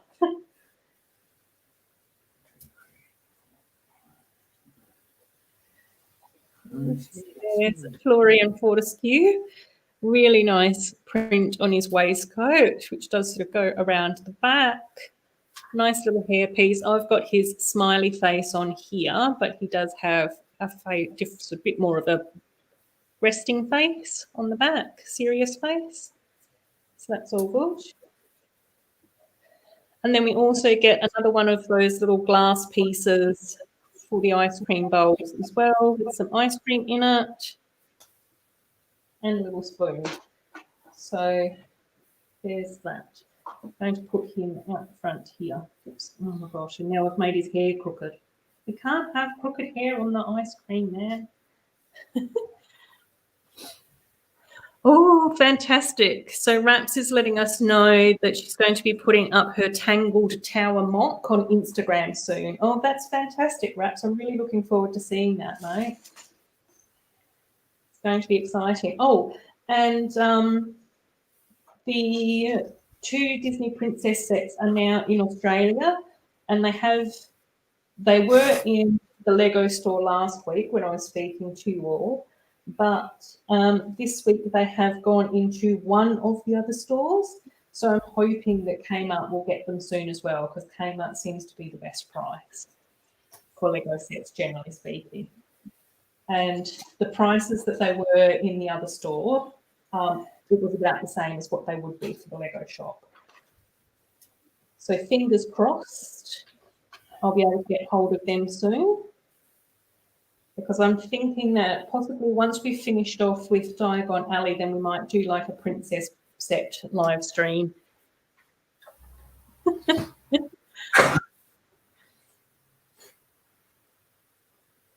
Cool. Okay, so Corne's letting us know that Florean was in the movie for exactly 5 seconds. But it is known that he got kidnapped by the Death Eaters during the Second Wizarding War, and he was never seen again. Oh, that's no good. So, but maybe I don't know, maybe the Death Eaters just like ice cream. So, who knows what those naughty Death Eaters were up to.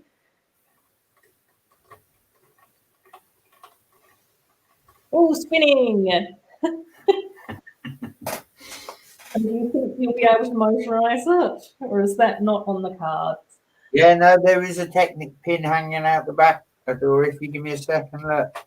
If I take this cap off here, which pulls the whole pin out, like so.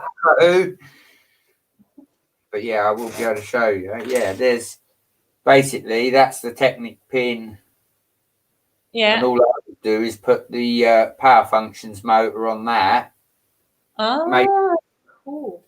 Maybe I'll have to gear it down a little first, though, because, yeah, my power functions motor seems to be programmed to hyperdrive mode for some reason. Oh, dear. I know. I've still got so much to learn when it comes to motorising stuff, but I'm looking forward to getting into that a bit more. It's like it is just trial and error. Yeah. It is. That's what I think. It's just going to be a little bit of practice and getting a few tips from people that know what they're up to. And I should be able to figure it out. Like, I was able to get my Unikitty roller coaster moving. So that's all powered up. And that was just based on a tutorial that Brixenville posted. He's the German guy that's got the fantastic light up city. I don't know if you've ever seen his videos, but But yeah. I can't say I have. Okay. So, so Mum's Bricks is going to go for a walk to the beach with the family. That sounds absolutely lovely, Mum's Bricks. Thanks so much for stopping by. It's always lovely to have you here. But it's nice to hear that you're doing a little bit of a beachy walk today. So enjoy that. And then Legolamaniac is going to start opening all his Harry Potter CMX while listening, which sounds like an absolutely fantastic thing. I got my CMFs in the post the other day, which was really cool. But I ordered a full set of all the characters, and unfortunately the poor seller must have gotten a bit muddled up because I ended up with 2 Jimmys and 2 Freds and no Luna Lovegood and no George. So I've had to order those ones separately. Don't know what's... Oh, hang on. I don't know what's going on. Getting very muddled while building this, as per usual. So yeah, Legolamaniac, you'll have to. Jeff Star's here. Hi, Jeff Star. That's okay. Standalone bricks rebranded. Oh, okay. Oh, cool.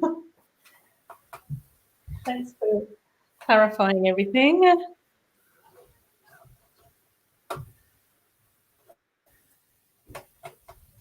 And then Corne and Mummy are sorting out the parcels, which is cool. That's all good. Legolamaniac, you'll have to let us know what characters you get or what's going on with your CMF collection. Did you buy the whole set? Yeah, I know, no Luna, then what's even the point? I know, I couldn't believe it. I was so disappointed. Obviously, being that I am a Ravenclaw, I do have a very fond affinity to Luna Lovegood, so I was very upset when she didn't arrive. But I have ordered a Luna and a George separately anyway, so hopefully, and they were from the Western Australian seller, so hopefully they'll get here quite quick, which will be nice, because Luna was definitely one of my most wanted characters in the CMF series with the long hair. It's just absolutely brilliant. Such a cool figure. Right. What is this? Oh, does that just... okay. I'm just talking to myself here. Yeah, it's not a bad thing. It's a sign that you're not crazy. Yeah. I am here. I'm just concentrating. I do apologise. I'm like, I can't see what I'm supposed to be doing. Is that right? There we go.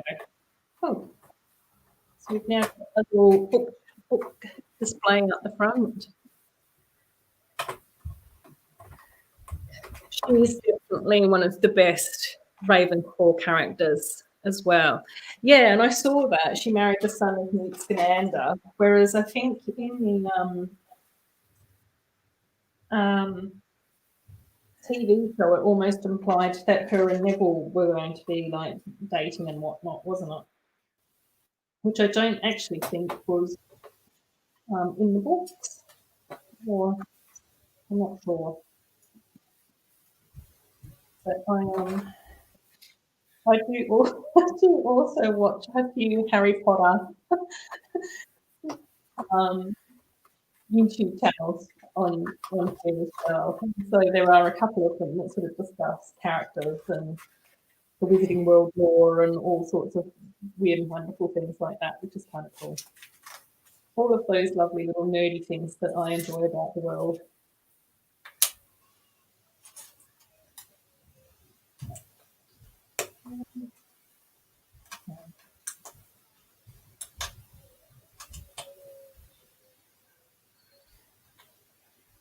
Okay.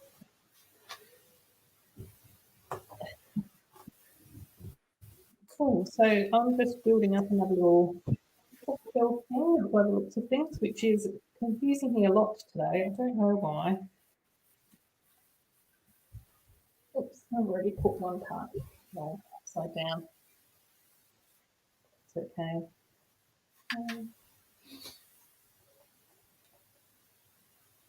Yeah, right. Cool. I'm back on track with my little funny little bookcase. So what are you up to now, Brett? Is that just a few side builds there? I am on step 93. I'm just building the center of the satellite now. Oh, okay. Oh, cool. Yeah. Yeah. Excellent. Right. Almost finished another little book stand thing. Okay.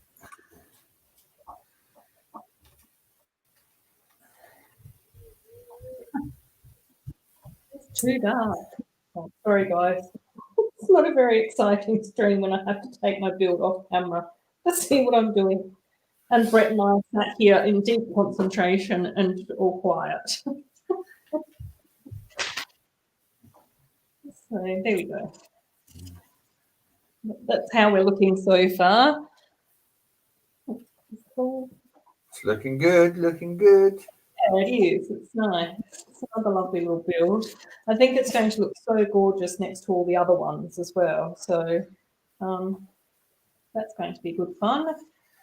So let's keep building things up.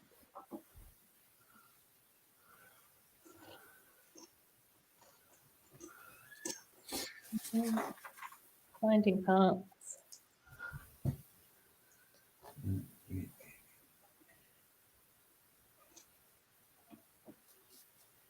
So it's been quite nice over here in Western Australia at the moment because we're obviously coming into spring at the moment.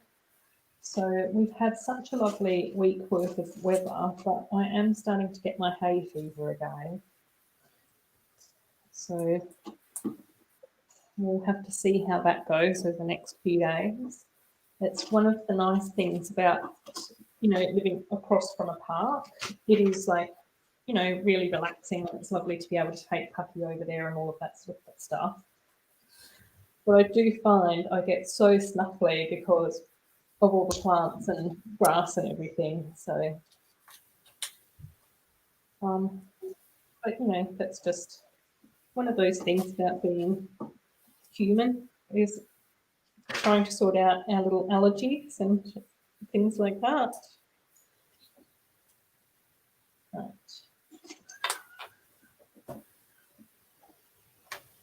So building this up a little bit more.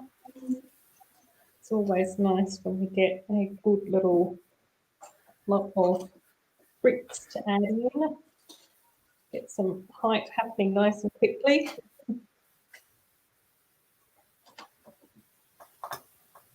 It makes me feel like I'm powering on now. Things are happening quickly.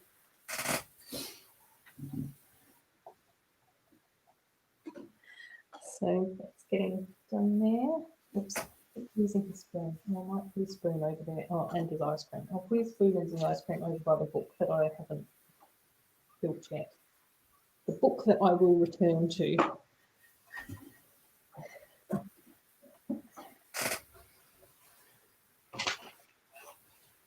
Okay. Next little batch of builds seems to involve stickers. Brett will have to cover his eyes, otherwise you're going to end up with sticker traumatic shock or something.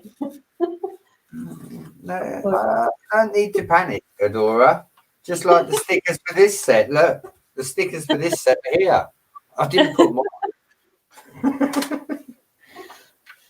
I'm not interested in the stickers. I left some off my inside castle as well. Oh, There's too many. Too many. Yeah, the Wonder Woman set's done. Yay! Let's, how do I do this? Oh. Try the other one, Adora. Which other one? I don't know.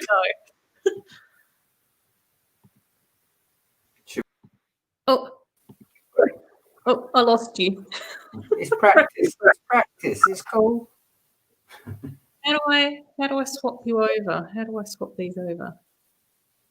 I don't know. There we go. Yay! I figured it out. Cool. So we've got the satellite on the top that spins around. Yeah. We've got the little bit over on, so that side, this side folds in and out. Oh, hang on. Oh, better if I pick it up. There we go. So we've got Wonder Woman over that side in a beautiful gold outfit. With the wings and the suit. Yeah, and then we've got Cheetah over this side. Is that right? In the tan and the white. Yeah. Yep. Oh, that looks fantastic. Yeah, where my name is. If I move, you got the camera guy. Oh yeah, and so we've got the camera guy down in the little corner there as well, which is cool. Fantastic. And then what does it look like from the back? From the back? Yeah, let's have a look. Oh, cool. So we've got like the curved interior with a little bit of a stand thing in the middle. Is that right? Yeah. Yeah. Oh, fantastic. And the door. That's a door, actually. If you look, I open it. It's a door. Oh, so that, yep. But yeah, no. That's a nice build. Yeah. For a set, it's definitely good. Cool. Yeah, no, that's awesome. Brixish is saying that looks nice as well. They did have to duck off to deal with some adult things. That's fine. It's all good. No need to worry. And then I think Cornet's been in and out, building and snacking, I think, by the sounds of things, which is fine as well. So yeah, Brett's all finished at the moment. So what's your plans, Brett? Are you going to hang around for a little bit? Are you going to build something else? Are you going to duck off for a little while? Obviously, you don't have to stay here for the full 4 hours that will take me to build this. You've been here for 2 already. What I think I'm going to do, Adora, is I'm going to go and check on the children, make a cup of tea and have some lunch, if that's okay. I'm going to thank you for having me on. Yeah. Go and get some lunch. And what I'll do is once I've eaten, I'll come back in the chat. Oh, fantastic. Yep, that sounds amazing. It was absolutely lovely having you here for a few hours building together. I always enjoy chatting away. Yeah. Brilliant. Thank you ever so much for having me. Take care, everyone in the chat. And I shall join the chat. Take care, everyone. Bye-bye. See you, Brett. Cool. So now you guys just have to rely on me to entertain you. So we'll see how that goes. Oh dear. So you can see there that the build is coming along quite nicely. We've got the ground floor for both of them sorted, and it feels like I'm doing the little displays going along the top here now for Flourish and Blotts, which is cool. So it's just sort of a matter of adding in some of the details and just making sure that that looks really nice and awesome and everything. And hopefully I'll be able to focus enough to make sure that I'm building it accurately. But who knows? It's always a chance when it comes to what's going on. Oh my gosh.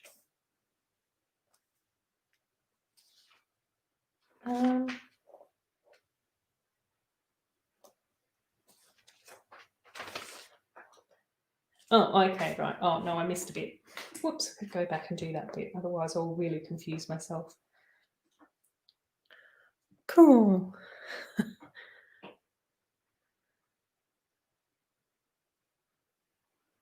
Oh my gosh. Sandwich, cream, cheese, chicken sausage, pickles, and honey mustard sauce. It seems a weird combo, but it is quite good. Brixish thinks that that sounds yummy, and so do I. So it's all about coming up with unexpected things that turn out to be delicious. Right, C9. Okay. So yeah, more stickers. Every time I apply a sticker, I do have to just pause a bit. So most of these stickers do look fairly similar. Oh, that one has gone on slightly crooked, but that's okay. You won't be able to see that from a distance.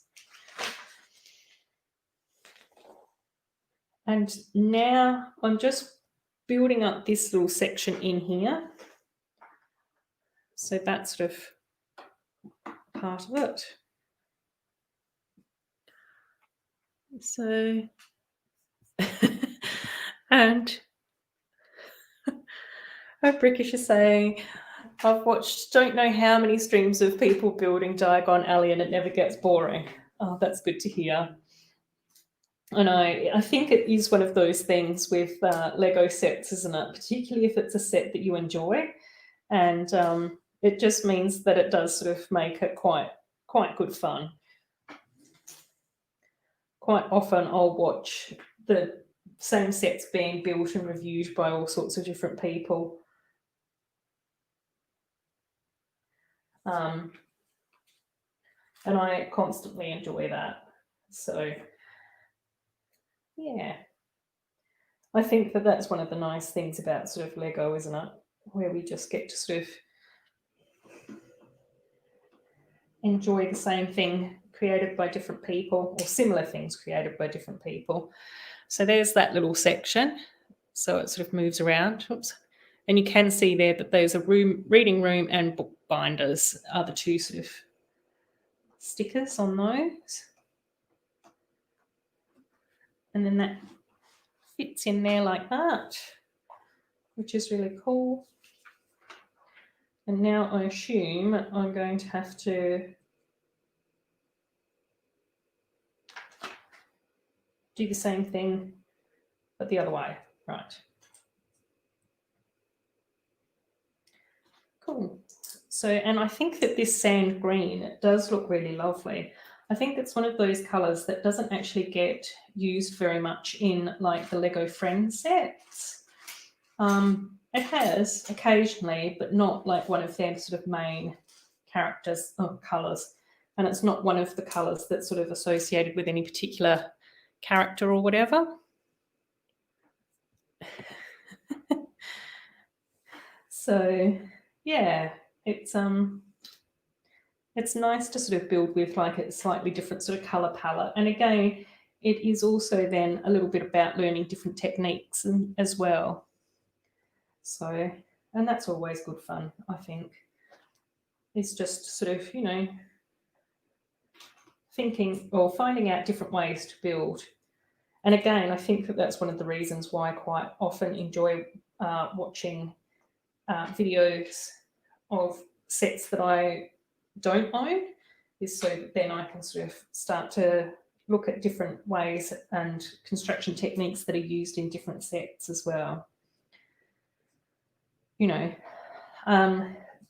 again, I've said this before and I'm sure that I'll say it again. Even before legolamaniac had his ideas set out there, is that I was always so impressed and so fascinated about how Lemaniac was able to put like the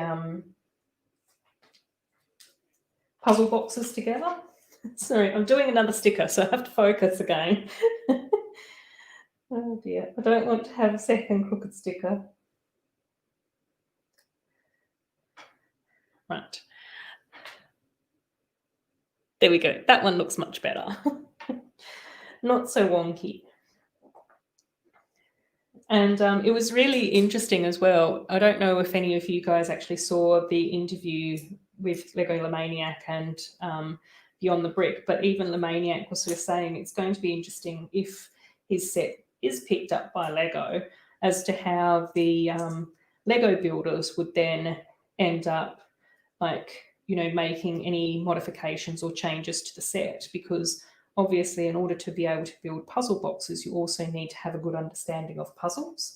So I think it's also that combination of those two elements that make that sort of quite unique. And I guess even to a point of what I was sort of saying to Brett as well, around motorizing things as well. That's not something that I've done very often. So I think it's also just about developing that confidence as well to sort of try something new or something a bit different that we're not used to doing. It's always good. Not necessarily to challenge ourselves, but just to expand our knowledge and how we sort of think about things. Right, I was even able to talk while I was putting that sticker on. So I must be slowly getting better at live streaming. I don't want to speak too soon because I'm sure that things will then all fall apart. So Corne is asking, what would we all like to see in the new Lego Friends Mall? So that's one of the sets that we know is going to be coming out in 2020. So Corne saying travel agency, Middle Eastern food restaurant, and maybe an elevator or escalator. I would really like to see an escalator because we have had an elevator in the Grand Hotel. I know that that set was a little while ago, so we might be due for another elevator, which would be fine. I'd be happy with that. But I think an escalator just, to me, has more like more of a feel of a mall. Like when I think of a mall, I don't think escalator. I mean, I don't think elevator, I think escalator. So I think that that's what would be really kind of cool, would be to see an escalator in that. Amy's saying a toy shop and a bookshop. Yes, agreed. Amy and I have been wanting to have a bookshop in the Lego Friends line for ages. And I was really pleased to see that they did do a Creator Expert modular with a bookshop, but I don't think that it had as many books as what it could have.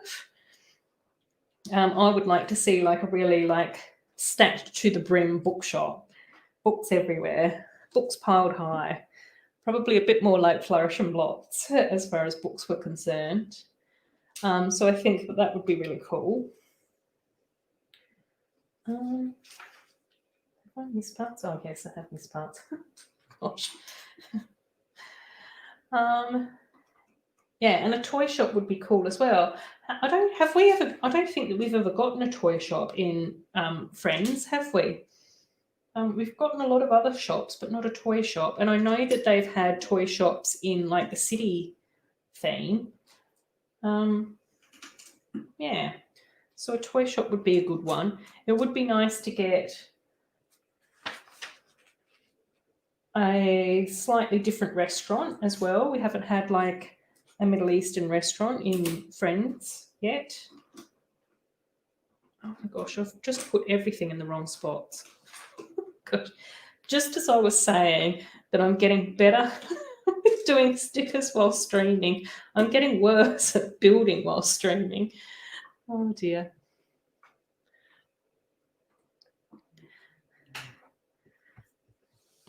And then Brixish is saying, yeah, you need an escalator. Yeah, I think an escalator would definitely be the way to go. I don't know. Escalators just like seem to be the stereotypical thing for a mall in my mind. I don't know what malls are like in other cities. Well, I do in some cities, but that's like the stereotypical idea that I have in my head.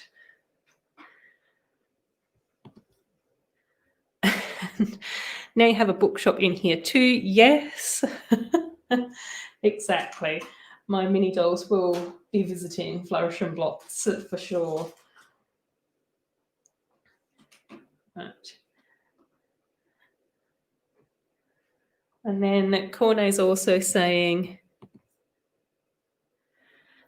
that he's got so many crafts that he wants to do with that set.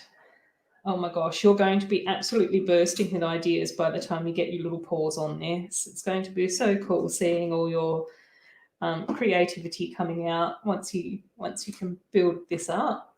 It's going to be awesome. And then, yeah, and that's true. What other set could they include an escalator in?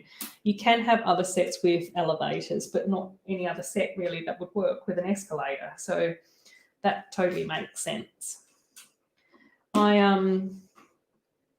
It would be nice to have some sort of like fast or food court. I think that that's sort of the other thing that's quite common in malls in Australia. I don't know about you guys anywhere else, but quite often here we have like food courts where there's like small little booths of lots of different food shops. So, you know, that would probably remind me a little bit more of a mall. But again, I don't know how stereotypical our malls are compared to other countries. So part of that will just be waiting and seeing. And then we've got these parts. And what's been interesting in here is that in here we actually use like the black lipstick piece. So that's kind of cool. A bit of a different technique to be used with this set, which I quite like. So Amy saying, can't wait for the images of the new sets. I know, you're always so good at finding them as well, Amy. So I'm looking forward to you keeping me in the loop about that. Keeping me up to date with what's going on with the Lego Goss. Letting me know when the images come out. And then Woodshop Teacher is saying, looking forward to making shop mocks for his city, planning a butcher, grocery store, some clothes stores, a bookshop, and an electronics store. Got so many plans. Sounds amazing, Woodshop Teacher.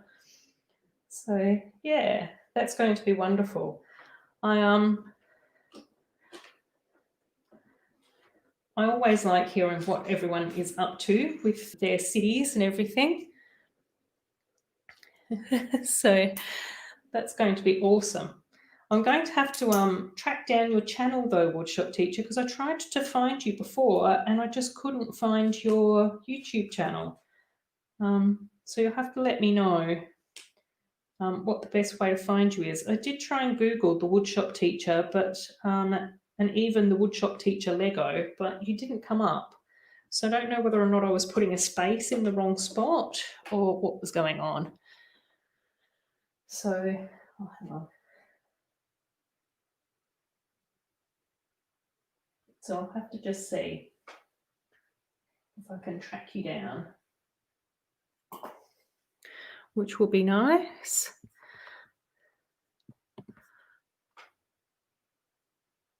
And Cornet's saying, I think they won't do a fast food area in this mall. I think they would go with a sushi restaurant, yes. I think in their last mall they had more of a fast food place with like hot chips and that sort of thing, didn't they? So I don't know whether or not I'd necessarily want that or a food court. So, but I think a sushi restaurant would be kind of cool, especially if it had like a little sushi train. That would be good fun. Corney saying, just got a message from one of my friends, I think have the dolphin cruiser in the reach of my hands. Yay! That's so cool. The dolphin cruiser is a really nice build. So I'm sure you'll enjoy that one. And it's nice to have a mix of sets as well, like some older, some newer, and all of that sort of thing. So yeah, that's going to be really cool. And of course, that's fine, Brett. It was lovely to have you here chatting with me. and building together. It's always nice to have friends on to chat and build with each other. I'm just going to have to keep checking how I'm going with making my little stripy awning as well. So in the instructions, we do have like a little one-to-one image, which is handy because I've definitely lost track of counting and where I should be up to. So I'm going to have to just keep checking against that. Yeah, so that'll be good. Oh, cool. Oh, fantastic. Cool. Now you'll have to send me the link, DM me, and send me the right one, because I was looking for ages before and I just couldn't find you at all. So that'll be nice. We're all excited to see your builds now, the woodshop teacher. So yeah, it'll be great. It's always nice to be able to sort of come across other people's channels and find out more what they're all about and everything. So yeah, it's good. I do. Oops, where am I up to? A green one. I do always say to people, don't feel like you have to subscribe to me. You can just drop into my chats. You can just watch my videos occasionally. I know that some people don't necessarily have like a YouTube account, so they can't always sort of like and comment and subscribe, but that's okay. We just all do what we want.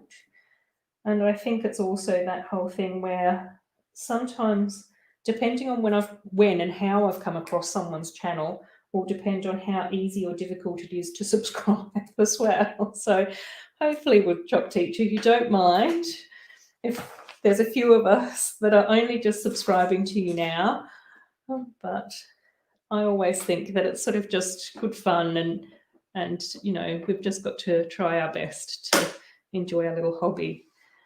And there's the little awning. And what's kind of cute is that then these little sections sort of sit there looking like it's being propped up. So that's really nice. I don't necessarily like this bit, but I think when they're on display, we won't really see that. So that's okay.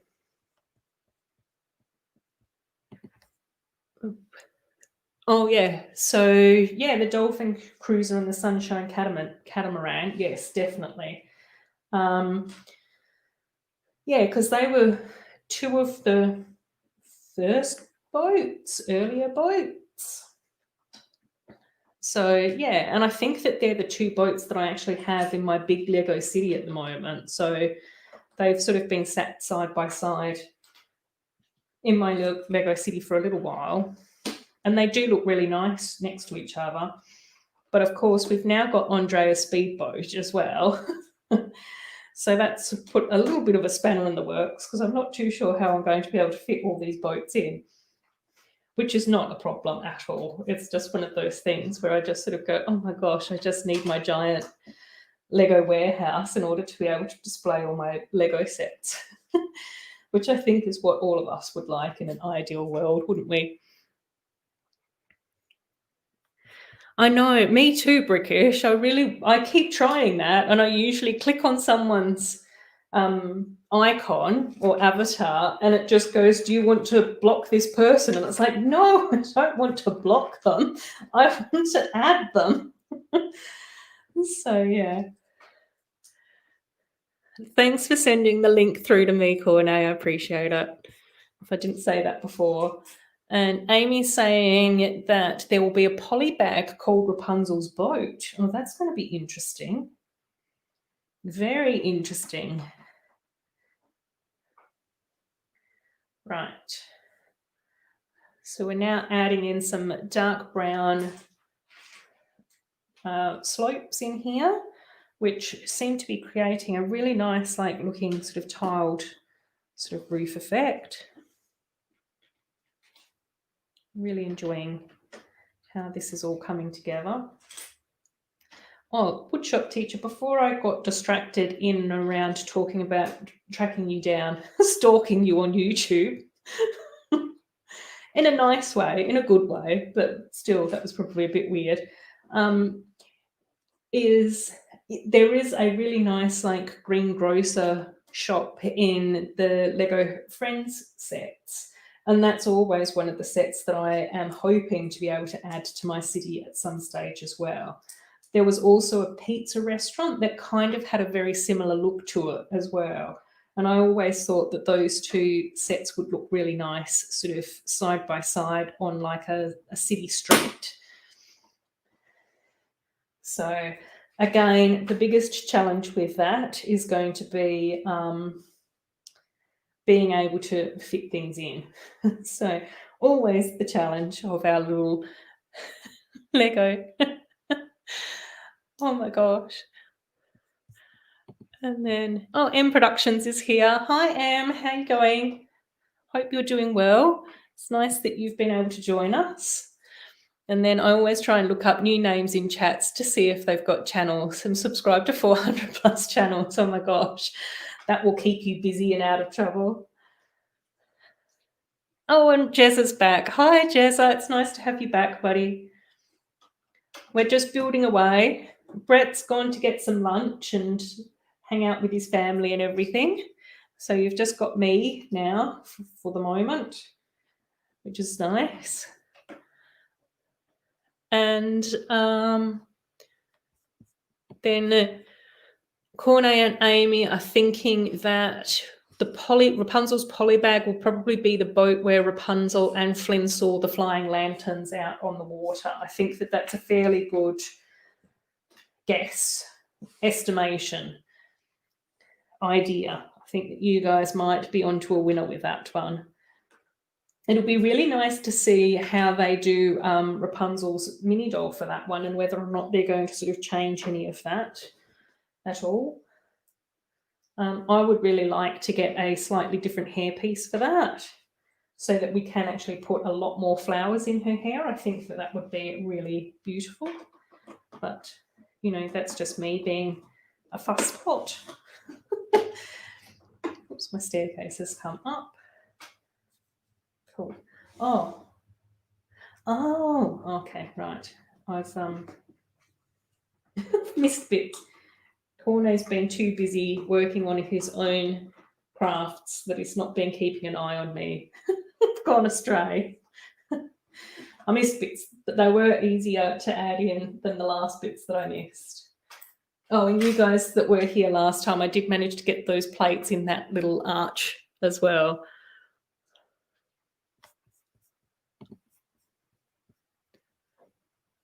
Oh, that is weird. In one of the book sets, Cho Chang is included.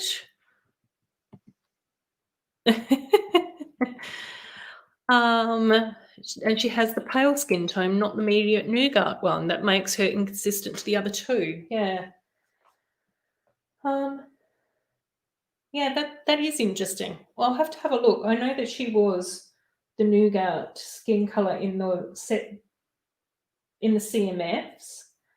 And then I think that she's been in another set. Or was she in the Room of Requirement? And then I think that she's in one other. I think that she appears 3 times.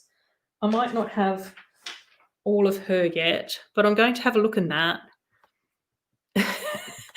Brett has unboxed his castle and it's huge. And Woodshop teacher saying, yes, friend sets are great to use for a base for mocks. They always have some great pieces. Yes, definitely. Oh, Brick of Golem's here. Hi. How are you going? It's lovely to see you here, Brick of Golem.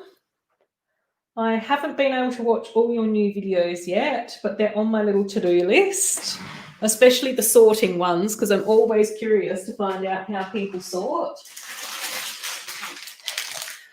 We're on to bag number 13.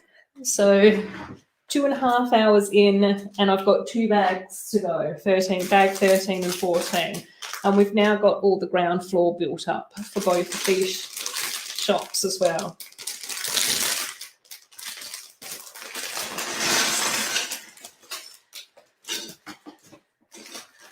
So, and then M Productions is sitting there with his huge cat. Oh, that's lovely. I miss having a cat.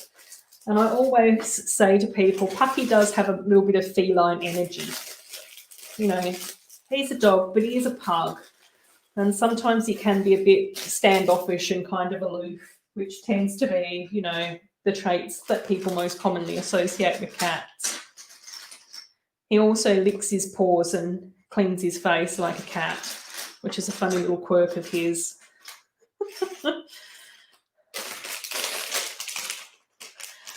And he's very independent as well. I don't know whether or not that's just because I've, you know, not raised my dog correctly. But I always wanted him to have a bit of freedom of thought and expression. I don't know. And in this bag we have Harry, which is kind of cool. So we've got Gryffindor robes, and then he's covered in flu powder here as well. And then on the other side, he's just got a happy face, which is what we like to see. Then, so yes, sortinization is fantastic. Which is really cool. And then Brick of Gollum is saying, I'm sorting my Lego and whistling mostly for some background. Yes, that lots of people are multitasking. Dan's playing Nintendo. Corne's doing crafts. We've got all sorts of things going on. Brett was here building with me for a little while, and he's gone off to open his ginormous new Lego set, which arrived in the post while we were streaming together, which was so cool. So yeah, lots of people are sort of building and doing all sorts of things while I stream. Usually that's what I do too when I'm watching streams as well. So all good.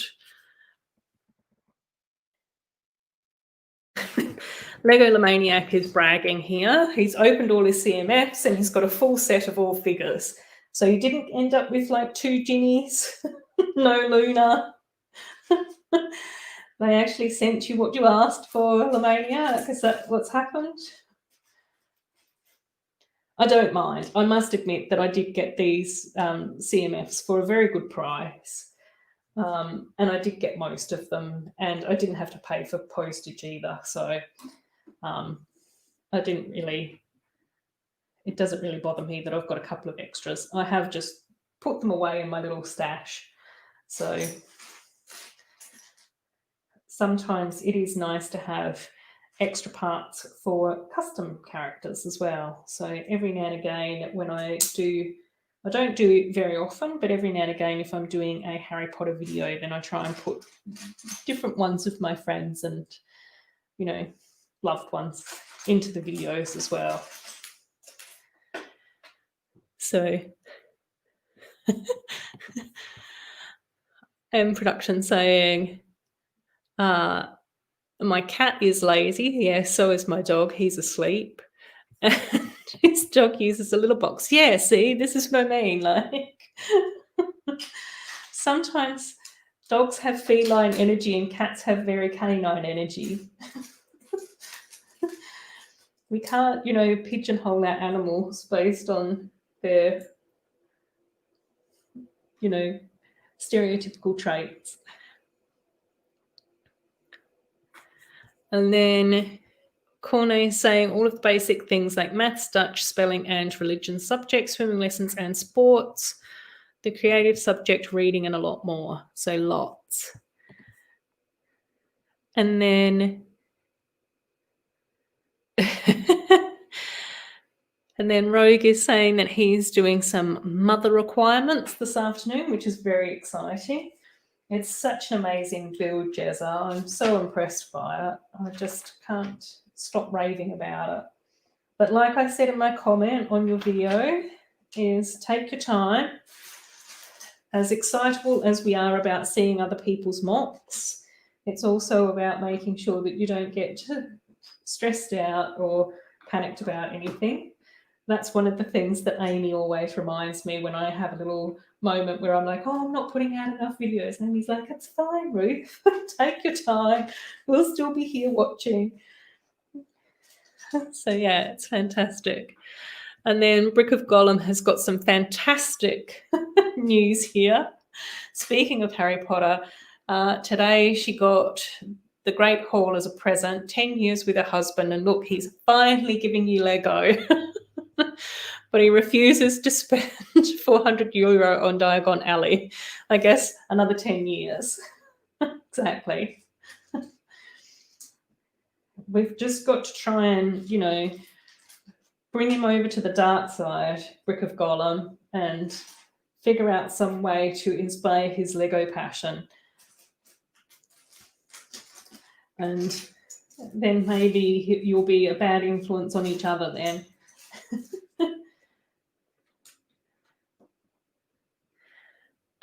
So, oh yes, oh my gosh, oh yes, exactly. But I think that that's the worst part of any pet.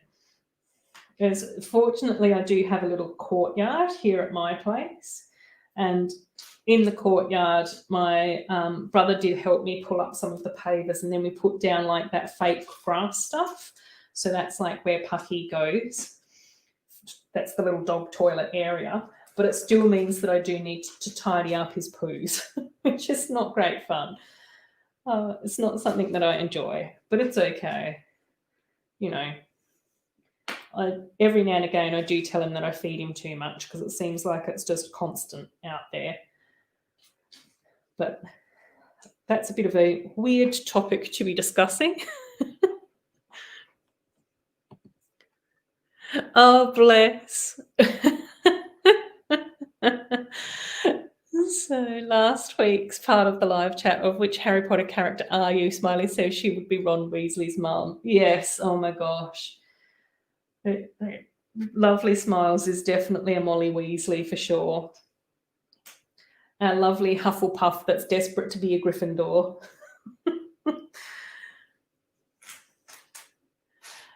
So sure. So, oh, BFAB's back. Nice to have you back, mate. Yes, Molly Weasley is a great character, and that is very, very true of Smiles as well. And so she has the absolutely biggest heart, and she's such a lovely, wonderful, kind human being. But if you cross her or her kids, she would curse you. And I think that was the most awesome thing about Molly Weasley, wasn't it? Is that she was always looking after everyone and being really kind to Harry and looking after, all her kids and everything, and making sure that they were doing well. And then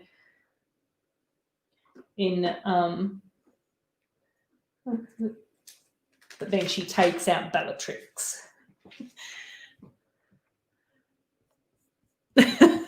Oh yes, thanks for the reminder, Woodshop Teacher. You can tell that I've been now streaming for 2.5 hours because I'm calling the Lego the dark side. Yes, no, we've got to bring him over to the light side, don't we? He's got to come over to the side full of magic and joy. Currently, Brick of Gollum's husband is in the dark side for not being enthusiastic about buying Diagon Alley.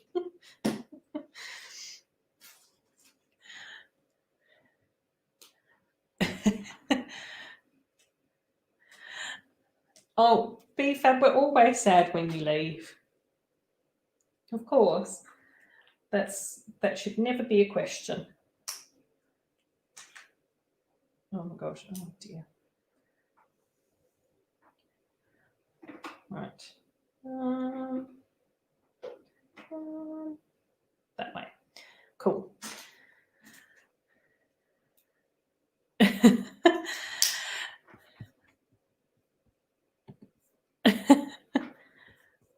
Oops. Diagon Alley is all my heart desires. Yes. Oh my gosh. You'll love it. You'll get it. And you'll appreciate it once you've got it.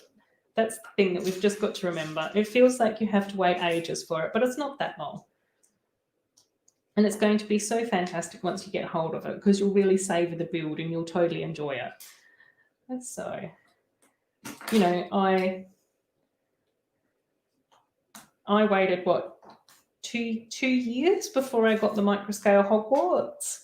So it was so awesome when I actually got that and I built it up, and I just, it was just absolutely wonderful. So I think that that's the thing that we'll have to remember. And that's what makes Smiles for Molly Weasley. She goes from smiley to snarly if you cross her or her loved ones, exactly. Which is what we like, what we love about her. Lego Bricks has uploaded his new video. That's fantastic. I'm going to, once I finish up streaming here, hopefully I'll get a chance to watch it tonight, but it will just depend on how late it is. But if not, I'll watch it tomorrow.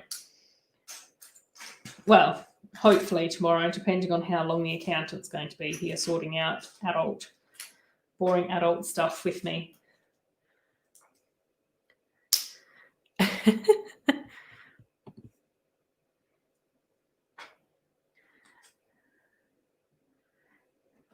So, yes, it is. It's like, that's one of the things that I absolutely love about it, And we talked a little bit about that last week as well, didn't we?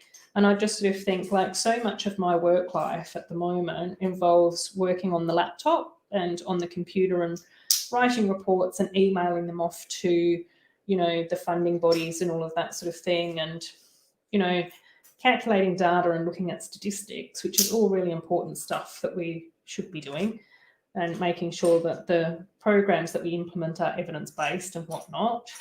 But then I just sort of go, there's very little in my life that is actually like tangible, and that actually, is something that I get to see and look at and touch once it's finished. And I think that that's also one of the reasons why I enjoy Lego as well. I can't find my last window.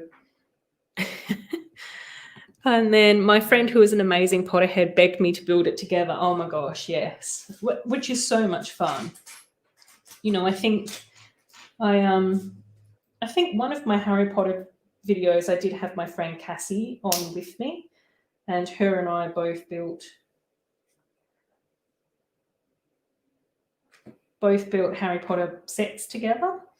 And then I did actually film a second video where we built together, but I never actually ended up editing that or posting it. It just didn't sort of end up being the right sort of timing to do all of that. But yeah, it's really good fun to have friends here building together. I completely loved it. And it was really nice for Cassie as well, because she lives in a small apartment, so she couldn't really have too many Lego sets in there. So the second time that we built together, she actually built one of my sets, which was good fun. So I highly recommend building with a friend. Corne, definitely. And then Corne's also on the hunt now for the Creative Tuning Shop, which is also another lovely little set. I actually really like all of those sets in that go-kart sort of sub-theme. 1, 2, 3, 4. 1, 2, 3. That's 4. Yeah, so the Creative Tuning Shop is another good one, definitely. And it's nice to get like the mechanic character in that one too. I think that's the one with the mechanic, isn't it? If I remember correctly. Cool. So it's really nice to see that these windows are coming together now as well. It's a little bit tricky to see. Oh, is that a bit better? Yeah. So that's coming along nicely now too. One, two, three, 4. So who else in the chat that hasn't been here before, that maybe last week didn't get to give us who they would be as a Harry Potter character? And I think last week I did say that I would probably either be Luna or Hermione, or a combination of the two, if I was to be a student. And then I actually did say McGonagall if I was going to be a teacher, but that's because I do really like her outfits in the movie. But then today, as I was going through some stuff, I actually thought, no, McGonagall's a bit too organised and a bit too stern. I don't know whether or not that's the right personality traits for me, as nice as her outfits are. I have a funny feeling that I would probably be more like, is it Trelawney, that does all the divinations and the tea readings and all of that sort of stuff, where she's just clanking into things and she's wearing a hippie outfit and she's a bit vague. That's probably going to be more my Lego character.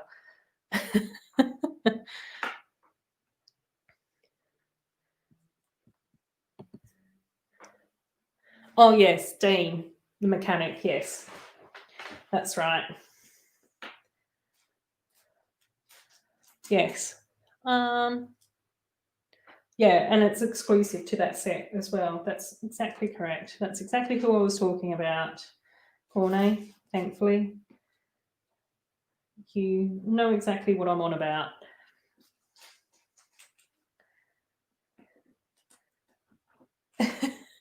Corne saying he would be Harry Potter, but a Ravenclaw version of Harry Potter, which would be an interesting spin. And then for a professor would be Professor Sprout. Yes, I can definitely see that. And I think that you and I have discussed before that you do have a few Hufflepuff traits as well, don't you? So if you weren't a Ravenclaw, a creative and wise Ravenclaw, you would be a loyal and kind Hufflepuff. So yeah. Woodshop teachers now saying, sounds like I need to pull myself together and go on Pottermore and take some of those tests. But we already know that you'd be a Hufflepuff woodshop teacher. I think that we've all agreed that that sounds like a very good option for you.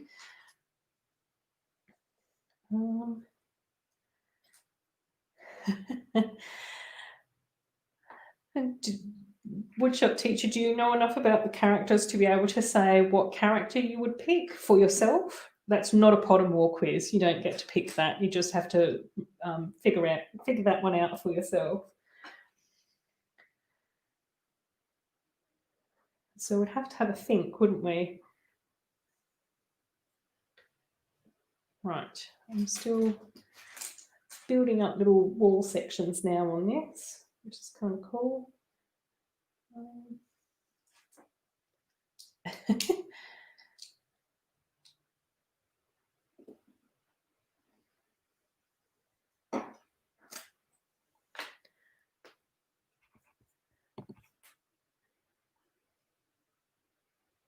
Yeah.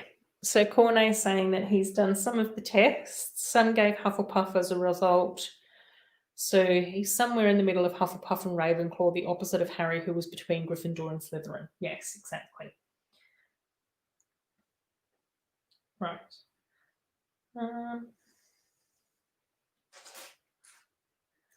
So I've only ever taken one test, which was the actual Pottermore test, and that gave me Ravenclaw, which I think is actually probably quite well suited. As I sit here laughing to myself about not knowing what's going on with my own live stream. But that's okay. I'm just doing another sticker, guys, so that's whenever I go quiet, you can usually know that that's me trying to get my stickers on. Right.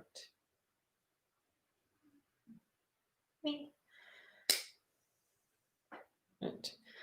And there's that little sticker, Flourish and Blotts, which is a really nice one. It sort of looks a little bit brown on screen, but it's actually that beautiful dark red colour. Yeah, I agree, Corne. The bay windows coming out looking so beautiful. Just looks amazing. And then this bit fits in here. Cool. Right, it's coming along. I'm getting there. Okay.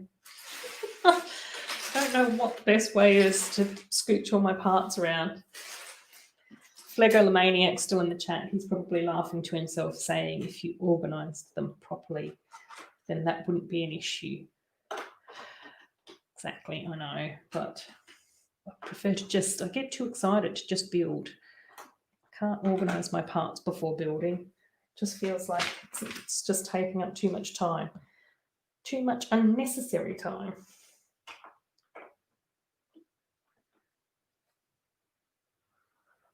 Right.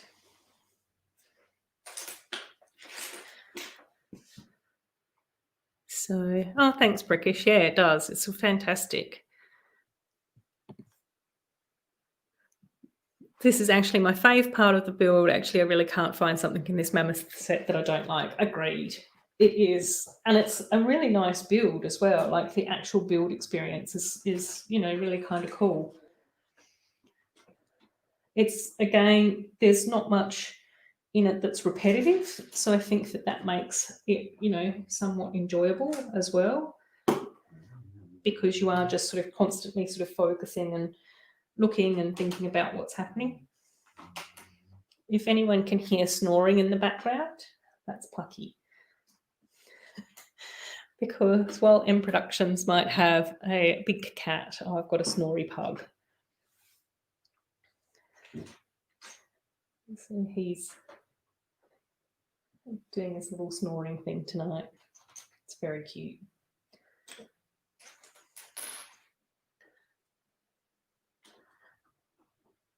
And he's also just lying on his favourite part of the floor. He's got all sorts of options about where to sleep. Sofas, beds, a little foot puff.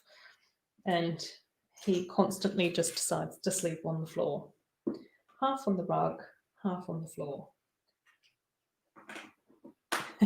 Amy's got to go. That's okay, Amy. Thanks so much for stopping by. I really appreciate you being here. Have a lovely Saturday and enjoy the rest of your weekend, mate.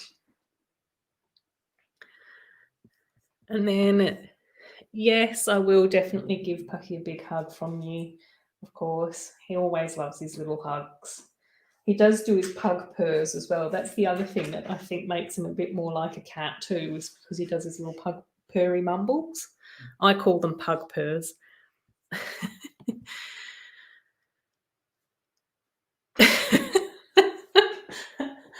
Yes, legolamaniac. That sounds very reasonable and logical, but when have I ever done anything that's reasonable and logical? I just want to get on with it.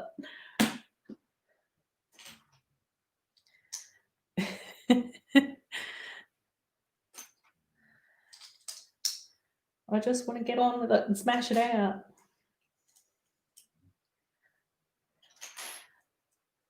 And yeah, I don't know. I don't know whether or not being more organised is necessarily suited to my personality. I feel like I spend a lot of my time in life scruffling around, trying to find the parts that I need to make something work.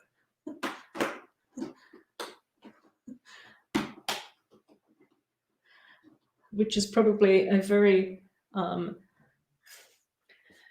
good personality trait as to why I don't build puzzle boxes.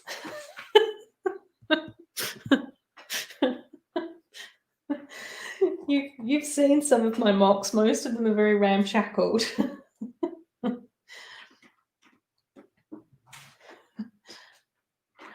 I am actually waiting for some parts for another one of my mocks as well. So hopefully that will be a video that I will be able to post soon as well. So yeah, there's a few videos coming and in the works. It's just been so difficult to actually be able to sit down and sort of film and edit and everything as well. I also think that because I have been working from home since March as well, is that it's sort of quite weird that the place that I usually spend my time building and filming and editing, which is here, has also now become my workspace as well.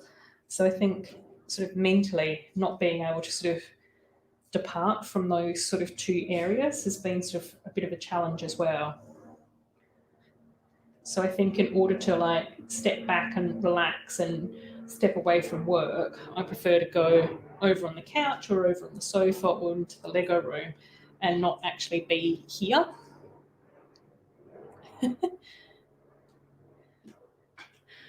And then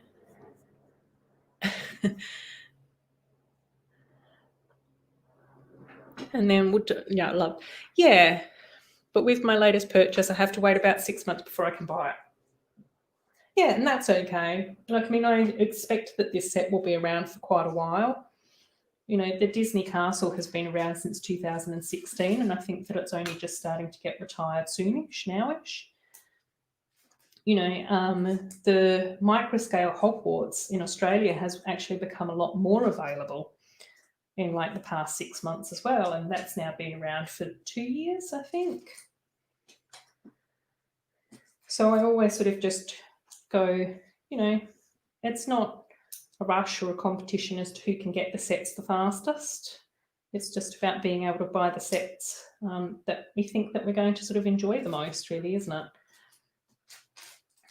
And admittedly, I was a bit bonkers, really, for getting this set and the microscale castle so close together.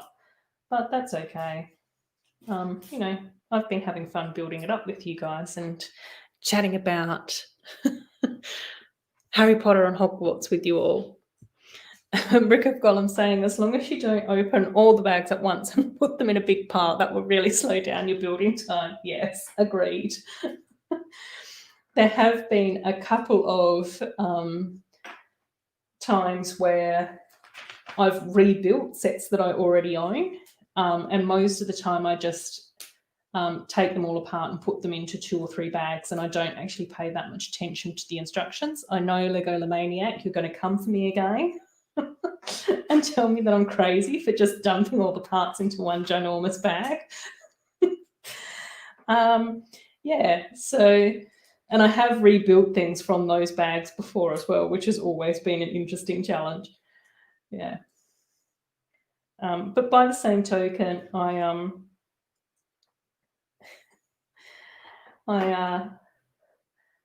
it's not too bad, because often with those particular builds as well, I sometimes tend to leave some parts like pre-built. So if I was ever to take this apart, which is highly unlikely, I would probably leave all these tiles and everything on the plate, because that's not going to take up very much more room in storage or not. So in some ways that can be quicker, but most of the time, especially at the beginning of the build, it's a struggle. Once there's fewer parts on the table, it makes things a little bit easier, but it takes a while to get there. So yes, I completely agree that that is definitely hard mode. And that was only for a few friend sets that were only probably about medium-sized as well. They weren't even very large sets. So I don't know how anyone would do it with like an expert set. And to be fair, Lamaniac, I don't even know how you did it with that ginormous grey spaceship thing that you built for your 24-hour live stream, that Star Wars spaceship, because all of those parts just blurred together for me. Just looked like one ginormous pile of grey parts. So I'm sure after 8 hours, I don't know how you were able to focus on anything that was happening there. Raps is back. Just finished lunch. How'd you go? Oh, Greek salad, yum. Love it. Yes, that sounds amazing. We've all got food envy, although it's evening time here. So I had dinner ages ago, so I shouldn't really be jealous of what you guys are having as far as sandwiches and lunches are concerned. Right. So more bookcases, but I'm really enjoying putting these bookcases together. It's good fun.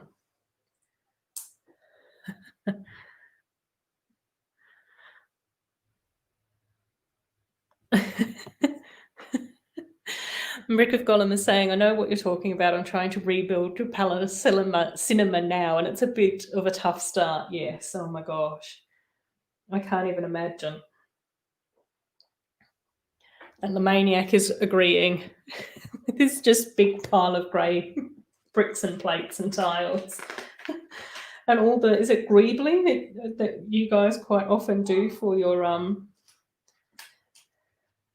Star Wars sort of spaceships and that sort of stuff? I don't know how you did that either.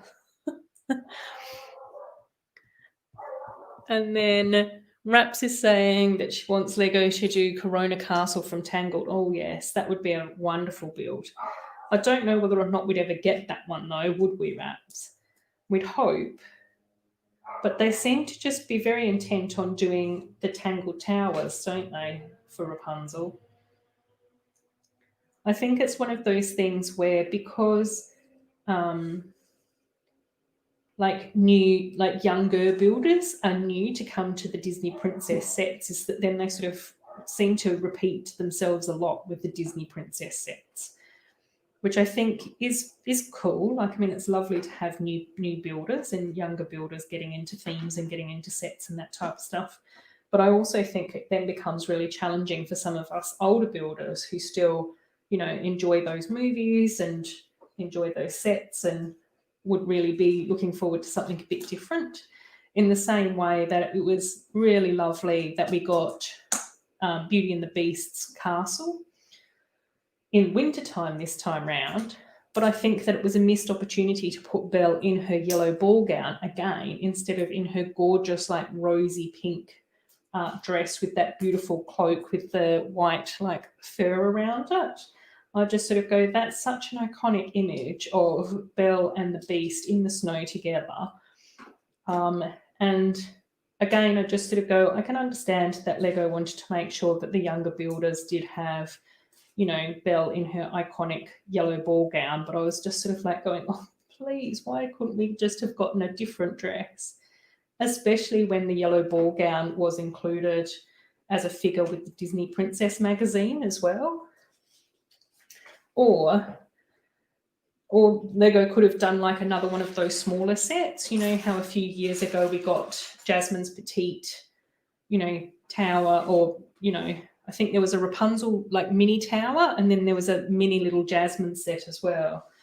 Amy and I talked about it at the time, and both of us would have liked to have seen more of the princesses have that sort of condensed sort of size set.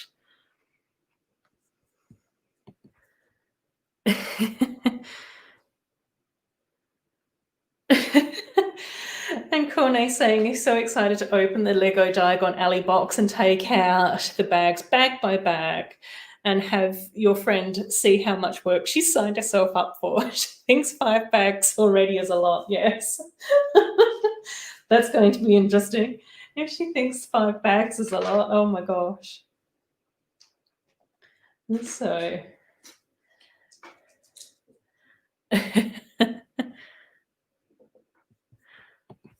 Yes, and Raps is now saying, yes, true. I think the Cinderella carriages are another great example as well. We just constantly seem to be getting Cinderella carriage after Cinderella carriage, which again is fine. Like, they're all slightly different. And, I do sort of go, a couple of them are really beautiful and really pretty.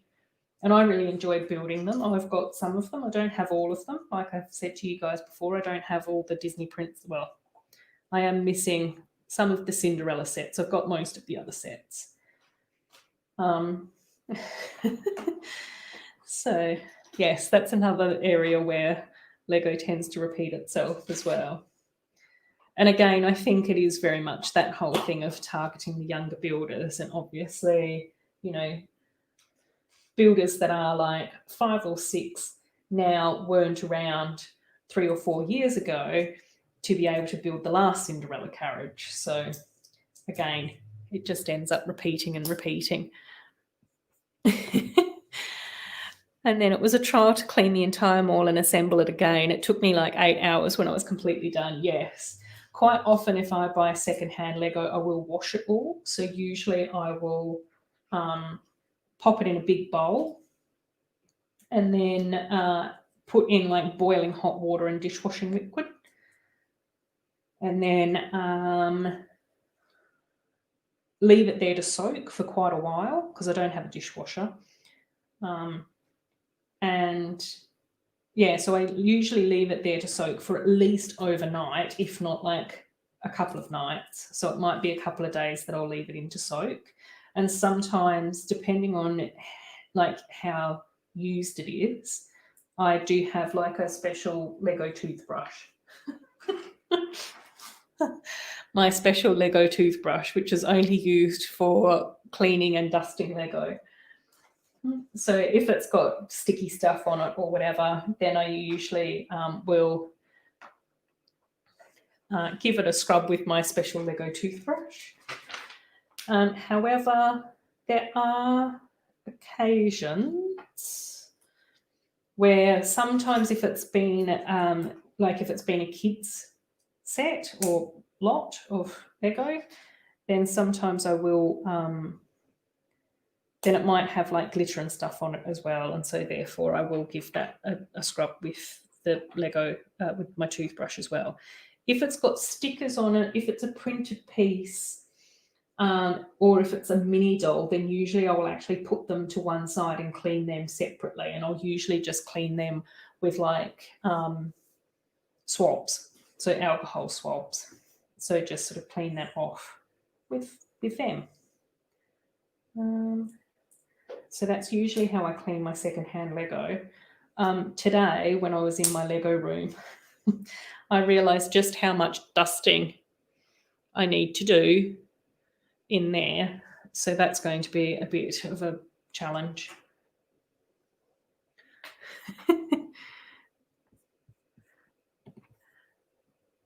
And then Brick of Golem's making a really good point. If Batman can have all the Batmobiles, why not have Cinderella have all the wagons? Yes.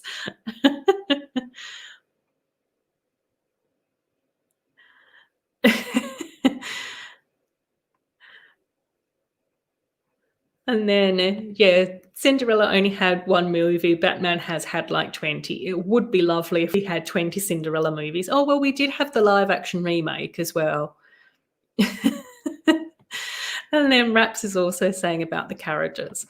I think it is that whole thing where, you know, there's nothing wrong, I don't think, with having more carriages, but I also think that it would be really nice, particularly for like most of us in this chat who actually prefer, who are like older builders that still enjoy the Disney princess sets. You know, I know for me, I would much prefer to have slightly different builds every now and again. Still do a carriage, that's fine, but then give me a different outfit. You know, still do Beauty and the Beast, but just give me a pink dress. That's my jam. That's all I want. But again, I do have plans to customize the pink dress as well. So again, like I was saying to you guys earlier, it's just a matter of finding time at the moment. I've got so many mini doll repaint ideas, but I've just not been able to sort of find the time to be able to do them. So a few like little details going on here, which is really nice. So I've got another little bit of details to do. And then I would have finished bag number, what is this one? Bag number 13. So I've only got one more bag to go after this little bit. So that's kind of cool. Pucky's now scruffling. Stop scruffling.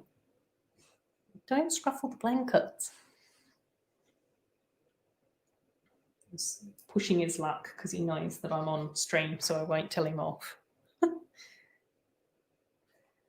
Not that he ever really gets into trouble anyway. I'm very passive when it comes to dog training. Some people would even say non-existent. Right. And this little thing fits in here.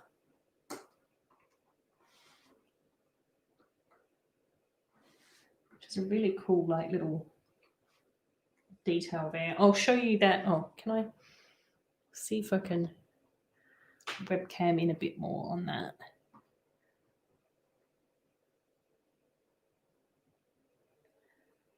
So I think this might be a new part. And then we've got the flippers in here as well. It's not the best visuals going on there, but at least it's something. Oops, which way do I go? This way. So that you're not looking at my messy dining room in the background. Brick of Gollum saying maybe with a new 18 plus theme, Lego will start to include more complicated builds for castles. Yes, I can imagine that there would be a lot of demand for castles. It seems like the castle theme has always been super popular, particularly with like a lot of the AFOLs that I know, is that the castle theme has been one of their favourite themes from their younger years. So I think that that would be really nice. And it does seem like, Lego is getting a bit more into creating specific sets for AFOLs and like the older teenagers as well, the older TFOLs. But I was watching Hit the Bricks the other day, and he sort of said that a lot of the time he doesn't look so much at the age of a set. He sort of says it's more about skill level, which I think is true. I guess Lego does need to sort of put some sort of indication on their set about, you know, who's going to be most likely to be able to build it comfortably. But I do know like there's some younger builders out there who are absolutely fantastic. And then I think that there are some adult builders who are sort of quite new to Lego that might not have the same amount of experience as some of our younger builders. So I guess it all just sort of depends, doesn't it? Right. On to the last little stretch of this bag. So we'll see how I go here.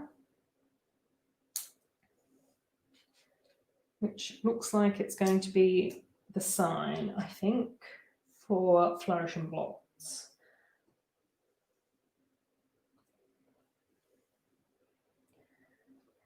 So let's see how we go with this.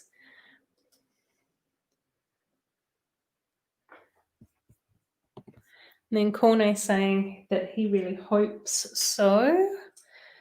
He wants them to release a big Aurora Castle from Disneyland Paris, since it looks completely different from the Disney World Cinderella Castle. Aurora's castle is a light pink colour, which sounds beautiful. Sounds absolutely amazing. Yes, I think we've only had one Aurora's castle so far, which was sort of like a medium-sized castle, I think, from memory. So it would be really nice to get another one. Oh, okay. So the dragon head is not a new piece. It also was in the astronomy tower. I haven't built that one yet. So, yep. And it originally came with the Ninjago Haunted theme. It's the first time it has been molded in black. Oh, cool. Oh, well, that's handy to know. So, yeah, I wouldn't have seen it before. So it's definitely new to me. And I can completely understand why it was from Ninjago as well, because it does have sort of Ninjago vibes about it, for sure.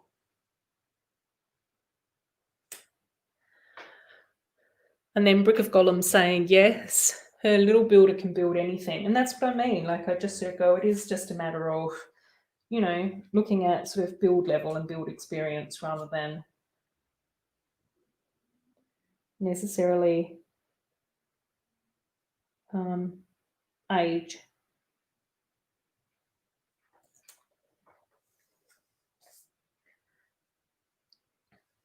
Right. Have I gone? Oh no, I've gone astray already. Right, this way. And this way. Oops. No. Uh-oh. I'm having technical issues. No. Right, let's try this again. I'm still big technical issues. no. Okay. Oh dear. Right. I might put this on first. Okay, right. That's on now. I've just had an exploding Lego. It's not the first time that Lego's exploded on me like that, though.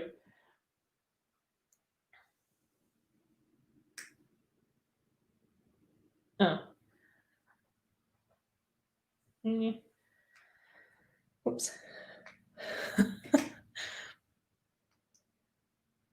Oh, cool. That's interesting to know, Brick of Gollum. So on marketing and commercials of Lego, they now promote modulars with the words build and display. Cool.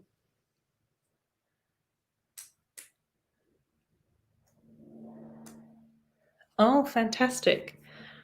The new cinema for Lego Friends has got a place to put your phone so the mini dolls can watch movies you put there. You can make them watch their own 3D version in the series. So cool. Because I think that they did something similar with the go-kart sets, didn't they? They had like a drive-in movie theatre where you could prop your phone up. So that's kind of cool.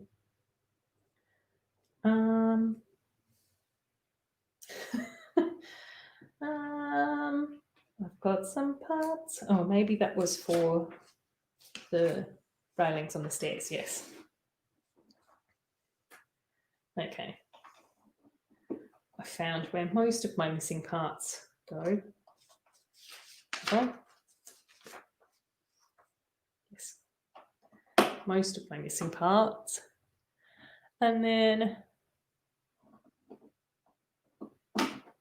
Corney saying that he hopes that the cinema comes with new expressions like a crying face, a scared face, and a laughing place to go with some different movie genres. That sounds really cool. I really like that idea. And it does seem that Lego has started to become more open to that with some of their mini dogs. You know, just purely based on, you know, the fact that they gave me a 3D glasses in that little sort of set makes that feel a little bit more promising.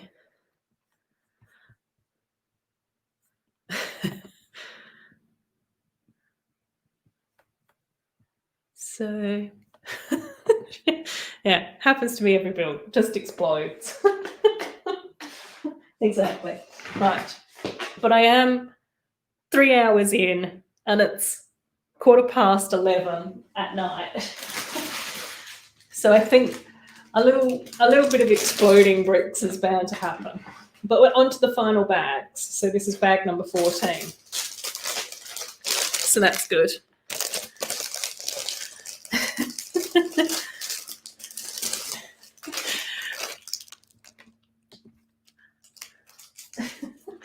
And then Corney saying, sister's really scared of pushing hard with Lego bricks to attach them. She thinks that they will break. And I'm like, you don't know Lego at all.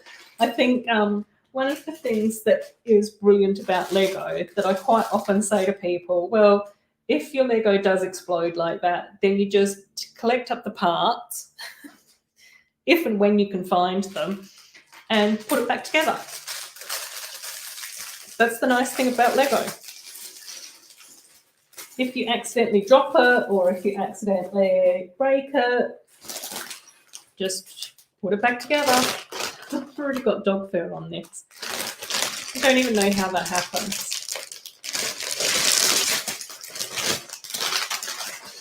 So we're now opening up all of this, and I'm sure that some of you guys would have spotted some more of the brightly coloured parts in here.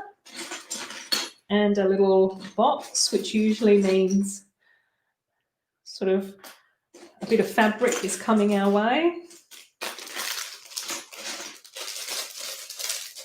So in this bag, we're pretty much building up the roof to Flourish and Blotts. We're putting on the second floor over here to the ice cream parlour. And then we've got a little desk and whatnot as well. So a few like little side builds, but it's mostly just the roofing by the looks of things. And we also get to put together Gilderoy Lockhart, which should be really cool fun. So he's got a fabulous lavender coloured suit with his cape. So it's going to be interesting. There's his little face. I'm going to put on that version. And there's his hair. So there he is in his cape. And then he does have a second expression as well, where he's a little bit nervous with a little bit of sweating going on too. But then that's more of his charming face, which I like. And of course, that piece could explode. Has a very strange construction. Yes, that particular section is quite delicate. I will say that that's not the...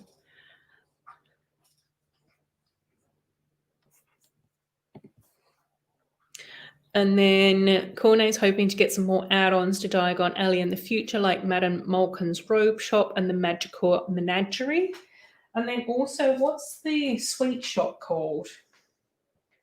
Cornet, you have to tell me what that's called because I've forgotten again. Oh dear. Honey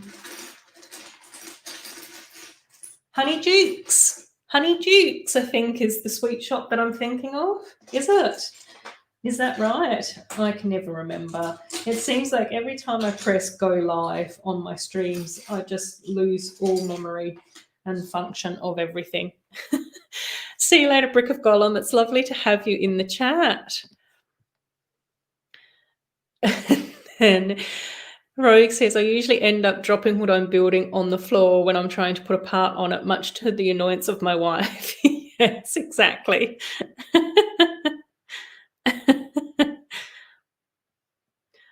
Oh, cool.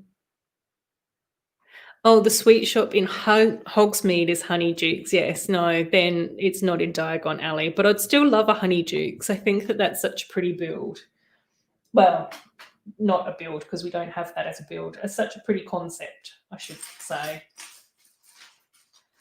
And we've got a second book, which I'm just putting over here to one side for now. But I might put the first one together because now I know that they're the same.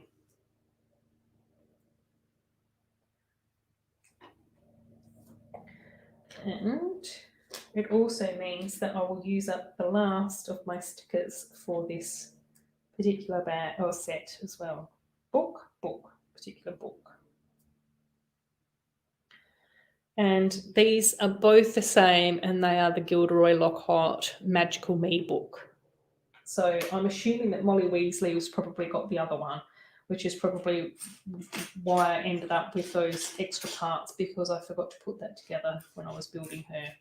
I was too excited to just get into the main build. Okay. And I'll have to find the other book piece later because it's too small and I can't see it anywhere. Right. I'm now just scruffling everything anywhere. Hopefully Lemaniac's not having a heart attack over there. just shove everything in any which way.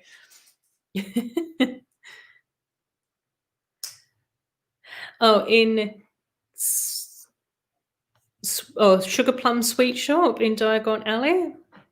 Yes, I agree. It's a bit of a shame that we don't get Arthur in this set. But we do get him in the burrow, so that's okay. But I think at the moment, Arthur is like the only Weasley that we've just got one of.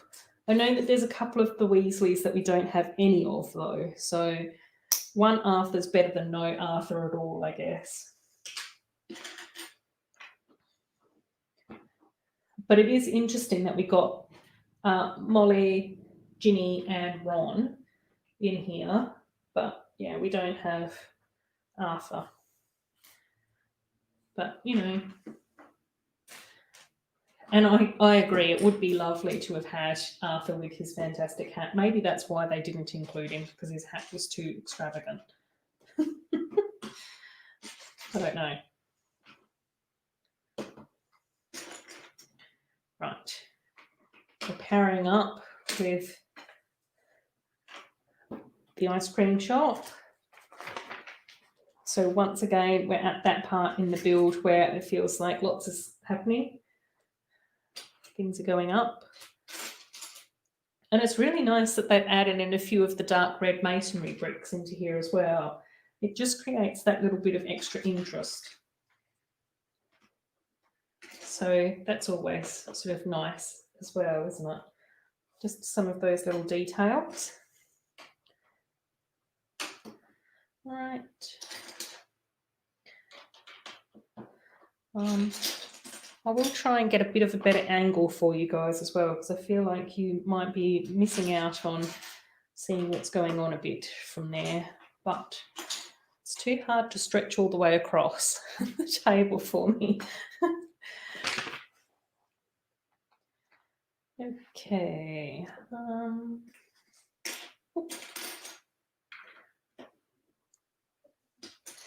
So we've got the last little bricks going in here.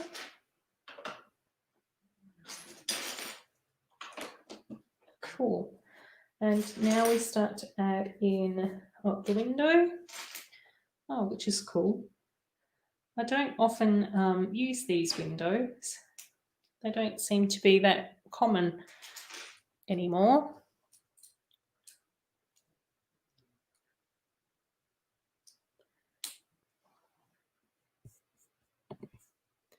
And then that we never got a Bill Weasley. Yes. Yeah. We can't say, well, we haven't got them yet. I think that's probably what we've got to say, because we don't know what's coming next. So I think that Lego has done pretty well with pacing out the figures, if you know what I mean. Like they've been sort of filling in the gaps a bit, I guess, is a good way of putting it. So it's going to be really interesting to see what figs we get next year. I would think that we would have to get a Bill. And it makes sense to have Bill and Fleur together. And it would kind of make sense for it to be Bill and Fleur's wedding. So, you know, that makes sense to me, but who knows what the Lego people are thinking and what they're going to choose to design next. We'll have to sort of wait and see. Yeah. Right, that's all that in place. So this looks so cute. It's so cute there. It's lovely. And then Raps is saying for the Friends cubes, it would be really nice to have cows, piggies, suricats, koalas, kangaroos, etc. Yes. Oh my gosh. Well, you guys know that I absolutely am bursting at the seams to have a Lego Friends Australiana theme.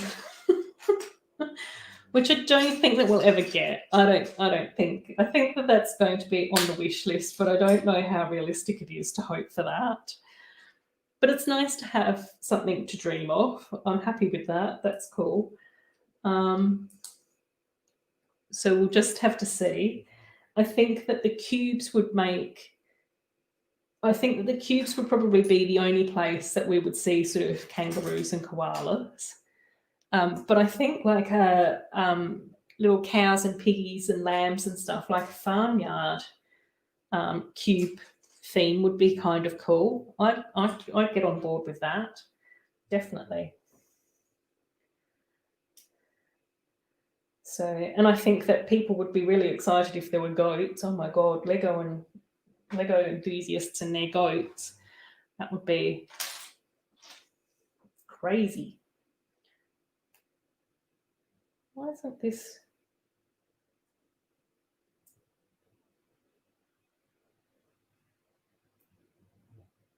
Don't...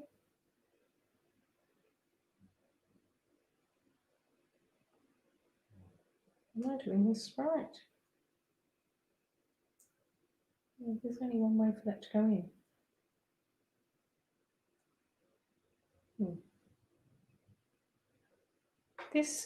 This doesn't seem to be fitting very well for me. So it keeps wanting to pop out because it's not clipping in properly and it's not sort of long enough to do what it's supposed to do correctly.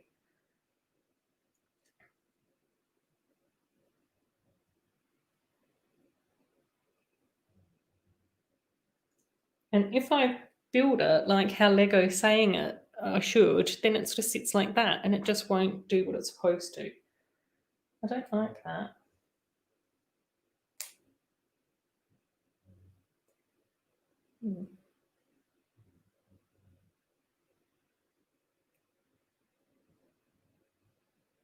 Okay. I'm going to have to go like that for now, which is not how the instructions tell me to build it, but it's almost 11:30. So that might be, I'll come back to that later situation. So we'll just see. Oops. We'll just see what happens with that. Put a pin in it and we'll come back to that in a little while.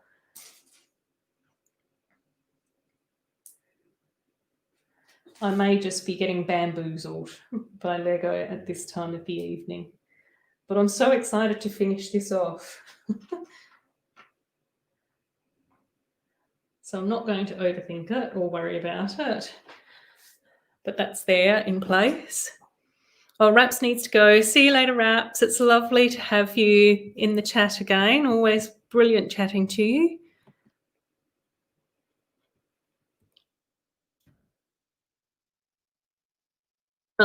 Yeah, I've tried a few different things with the disc and stuff, but I just don't think that my head's in the right place to be trying to figure that out. Unfortunately, I did try to pop the disc in both directions. I don't know. It's just my brain's not functioning with that bit at the moment. But it's fine. It's good enough for now. It gives us the idea. It's not perfect, but I'll get back to it. Definitely get back to it. So we're now putting together like a little rug up here, which is really cute. Again, using a little bit more of those dark red pieces as well. That's another colour that we don't see too often in friend sets either. Is that sort of dark red colour. But it is really nice. I think that that's appeared in a few of the Christmas sets though, hasn't it? Like the holiday, festive firehouse and whatnot. Right, we're building up an orange chair now. We're powering forward. Not let the funny little posts beat me.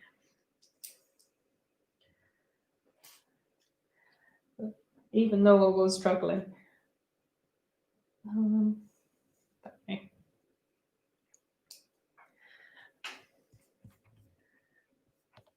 Yes, thanks. That'll help. I'm sure tomorrow I'll probably figure it out really quickly and easily, and I'll be thinking, what was I struggling with? But just for right now, it's just not making much sense. Oops.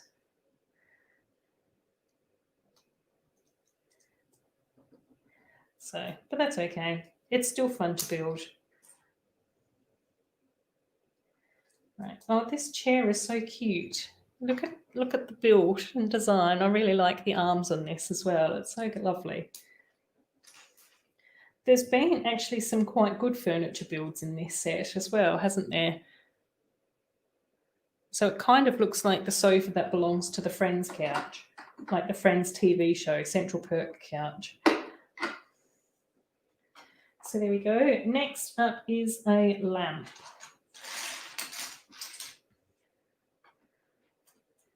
So got these bits.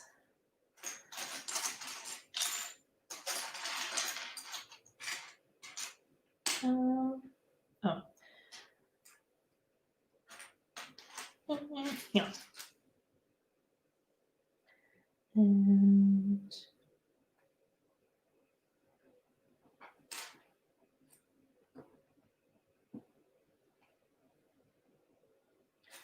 we've got sausage.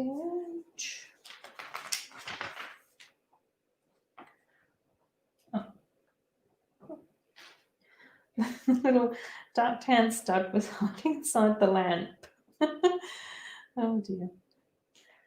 Right, and then we've got the little lampshade as well. Oh, which is really cool. Cool. So that's a really cool little build as well for like a reading lamp.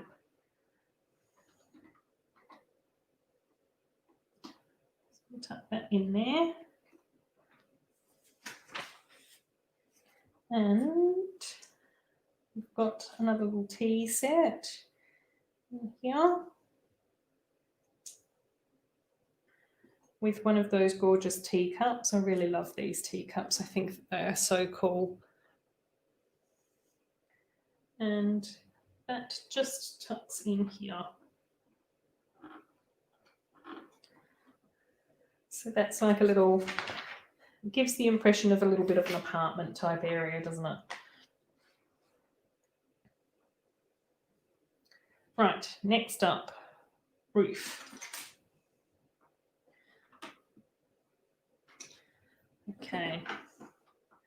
I'm going to have to spin this around so it matches the instructions, which isn't necessarily the best angle to view this from. Just try to line up the bar on one of the slots up. That's all I can explain. Yeah, no, that's fine, Cordo. It's on there. It'll do for now.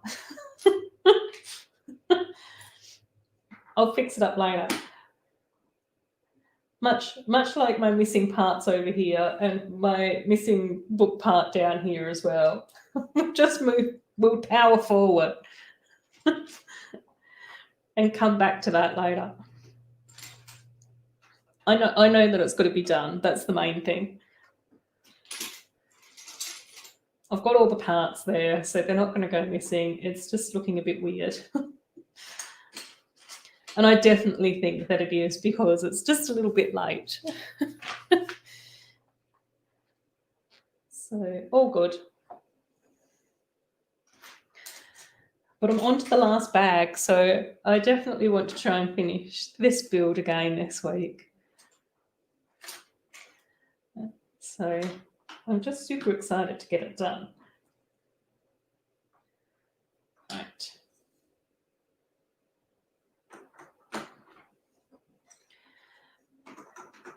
Oh, I might just move that up a little bit so that then you can see the roof coming along, hopefully.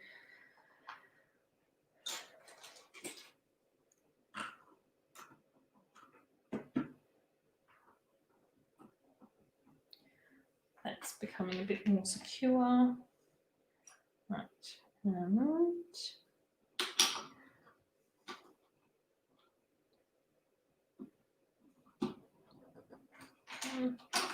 3 of these that then line up with the beautiful bay window here at the front, which is gorgeous. And then we've got these like little corner pieces to tuck in here as well. So that just looks so lovely. Absolutely brilliant roof piece. I've been trying to track down more like magenta slopes because I really want to include a magenta roof on one of my mocks. But I've not really been able to find that many, which is so frustrating. Particularly in the corner pieces as well. So I think it's just one of those parts that Lego may not have. Or if they do have it, it's just a little bit trickier to come across. So unfortunately, instead of having a beautiful corner piece on one of my roofs for one of my mocks, I've ended up with a little bit of a random flat edge that then turns around into a corner. And I'm like, oh my gosh, no tiler would want to have a roof looking like that. It's terrible.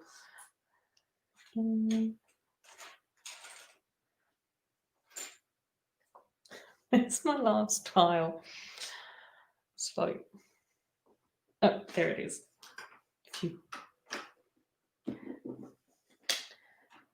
Now, this is really nice as well because we change angles of the tiles.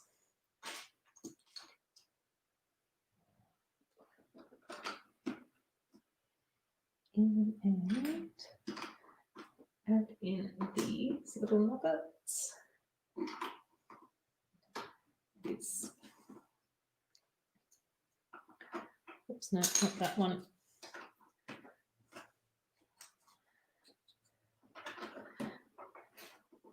So that's looking so nice. I'm really pleased with how that roof is looking. It's so lovely. It's so exciting that it's almost done. How's that looking?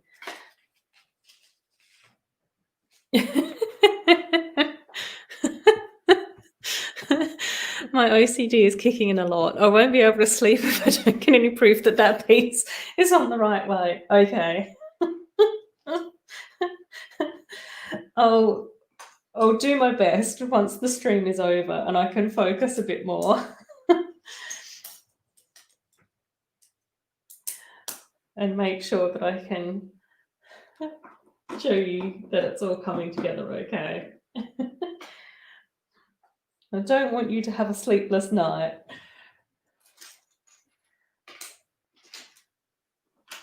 But you can be rest assured that I will do it because I did fix up this and I have done all my stickers for all my other builds. All the stuff that I haven't done on the stream in front of you guys does get done. I still make sure that it happens.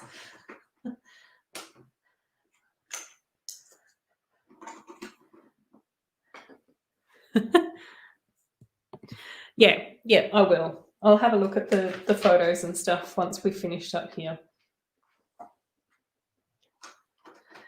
I just know sometimes when I'm looking at something and I'm talking to you guys, I don't want you guys just to be sat there looking at nothing and not listening to anything. And so I just sort of go, okay, yep, we'll just come back to that. It's all good. If I was building here and it was just me, then I probably would just faff around a little bit until I got it right. But my brain just couldn't function, make that work at this moment in time. And I spent all week, here by myself, doing my thing. Well, not by myself, but you know what I mean, like hanging out, doing work, doing whatever I've got to do. And tonight's the chance where I get to chat to you guys. So I'd much prefer to spend my time talking to you and seeing how you're all going rather than worrying about whether or not that funny little chair is doing the thing that it should be doing. So on here, you guys are my priority. That's, I guess, the easiest way to explain what I'm saying. But how cute is that? That roof just looks so gorgeous. I'll turn it around this way. Hopefully you guys can see how it just sort of slopes up and it's almost got like a curved sort of look to it. It's really, really cute and really quite like reminiscent of a lot of the older buildings that I remember seeing when I was in London and stuff. So that's like so awesome and it just looks amazing. And all of this just really ties in with here in the bay window and everything. It's just fantastic. Right, which means that now we get to move on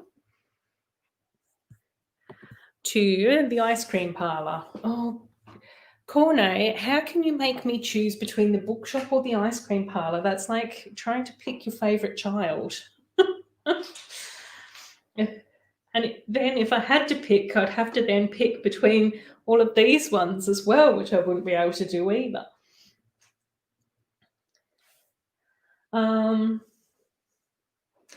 Let me finish. Oh, I don't know. Oh, I like them. I like them for different reasons. I can't choose. I'm terrible. I'm absolutely awful at making decisions and picking favourites. I can't do it. I'm useless. So I think aesthetically, the ice cream parlour Fortescue's is probably more close to something that I would be like attracted to. Like, I just think that aesthetically it's really cute. It's got the really pretty colours. I really like how the awning's done. I enjoy ice cream. You know, it's ticking a lot of boxes. And again, I do really like how they did the roofing here. And I really like the way how they did the awning. So build-wise, I think that it's really cool. And the interior is so sweet. Like the black and white tiles with the lime green and the beautiful little like orange, like ice cream glass thing. I just sort of go, yeah, I'm all over that. That's my jam. Love it. But you know, the bookshop has been a really awesome build. Again, sand green is something that I wouldn't really build in. I really like the bay window. I think that that's really pretty. I really like the way how they've done the stairs and how you can flip them up, obviously making it easier to display.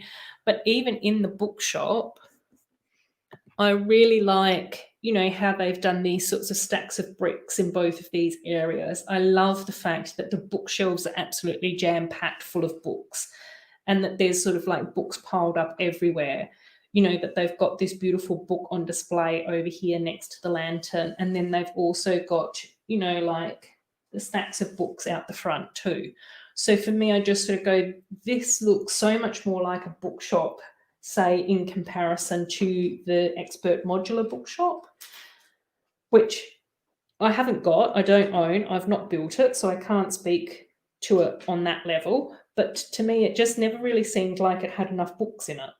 You know, whenever I think of a bookshop, I just want to be like, you know, like overloaded with books. Books need to be absolutely everywhere if you're going to have a bookshop. And that just didn't seem to be what happened in that Expert Modular build. So, yeah, it is a really lovely bookshop build as well. So, you know.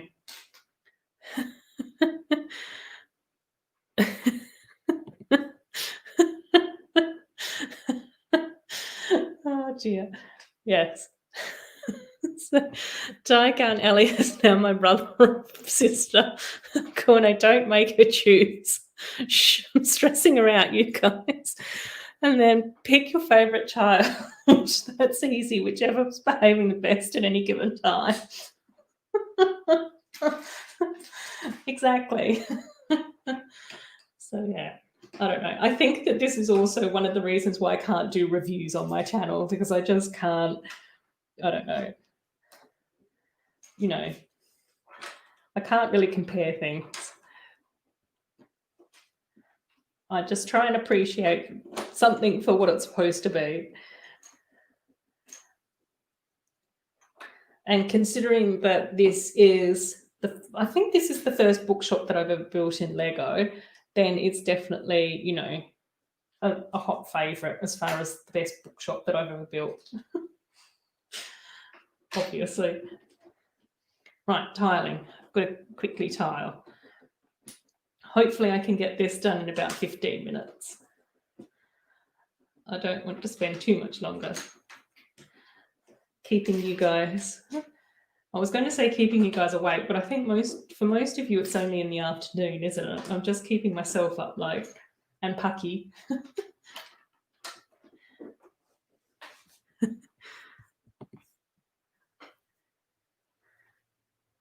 Yes, and I think that that's fine as well, you know.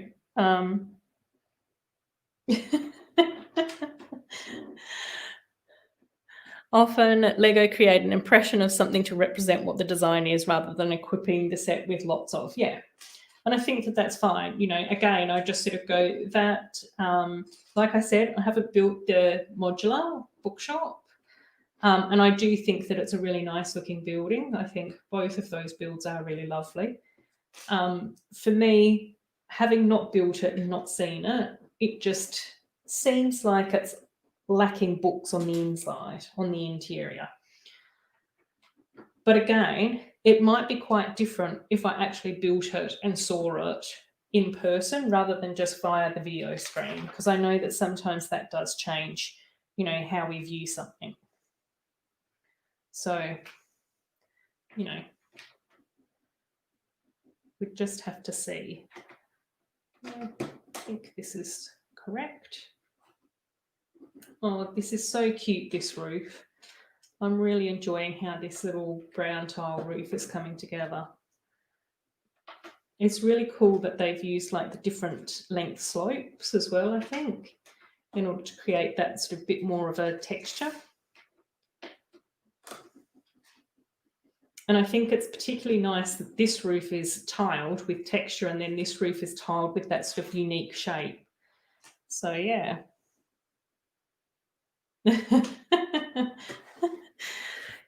Yes, they'll sort it out. Oh.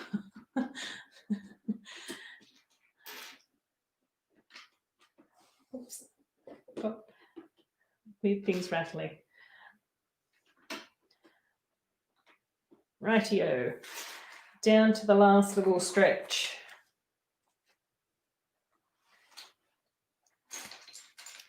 So the last of the little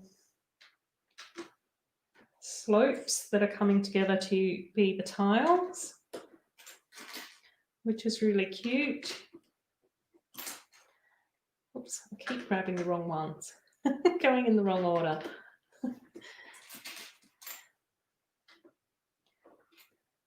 Oh, no, not that one. Oh, actually, that could have been one.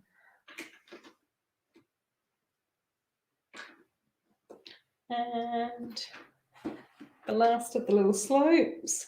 So that's all the roof in place, which is lovely. So I think it's now just going to be finishing off a few details. Hopefully I haven't missed any major parts. I'm a bit concerned about this one. So, Courtney, you may be worrying about more parts than what you first think. I'm not sure. Right. Put our little cute little lantern together.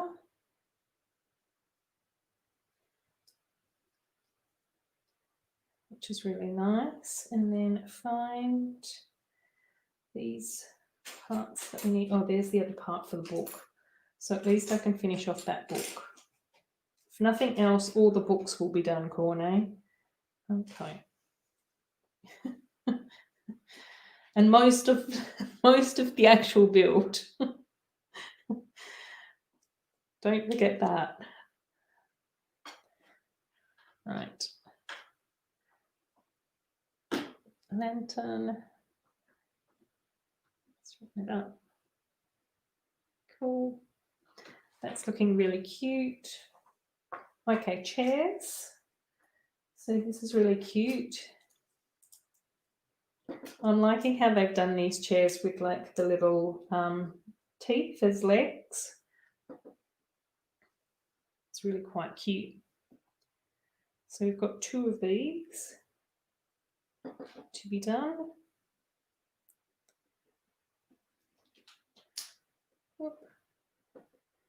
So that's the first one. I'm going to have to move Florian out the way and Harry's going to go over here. So I can put, whoops, put the chair next to the table. And then we've got chair number 2 to do. So how are we going? I've got 12 minutes. So we'll see if I should be able to get all this done, I think. Should be fine.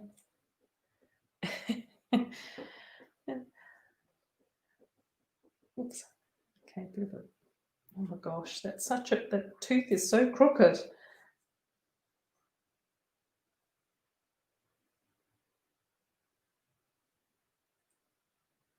Okay, that's coming along a bit better. Right.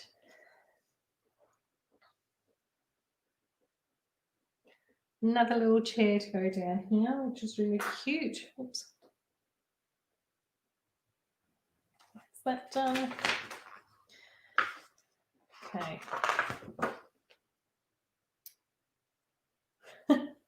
Yeah. That's a problem. So I don't know where this one came from either, Corno. So you're probably going to be frustrated and annoyed with me about that one too.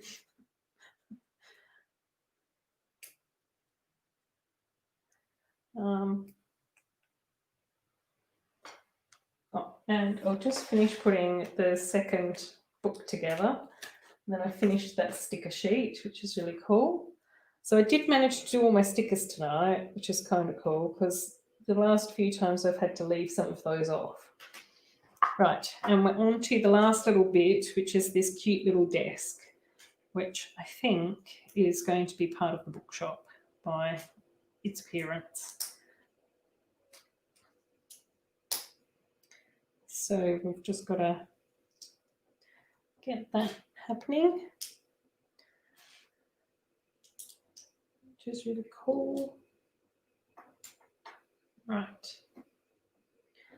And a bit more desk stuff going on with black and tan, which might end up being the desk drawers, perhaps.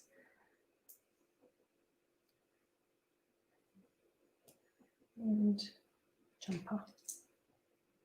So we'll see. Like I said before with the orange terrace, that I do think that all the side builds that have gone into Diagon Alley have been really nice as well. So, and they also seem to have picked out items that seem to just sort of fit in with the store or the area that they're creating it for. If that makes sense. Sometimes some of the side builds and stuff, I just sort of look at it and go, really? That's what you chose to create as part of this set? That doesn't really make much sense. But it does seem like with this set is that it all seems to sort of fit together really nicely, which is really cool.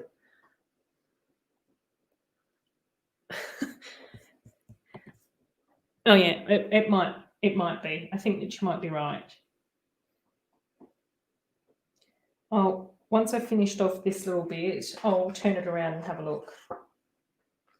Okay, right. And then we go for the next little stack of items, which seem to be implying that they're stacks of books. So I think that this little area is the signing table where Gilroy Lockhart is doing his book signing, which is kind of cool. So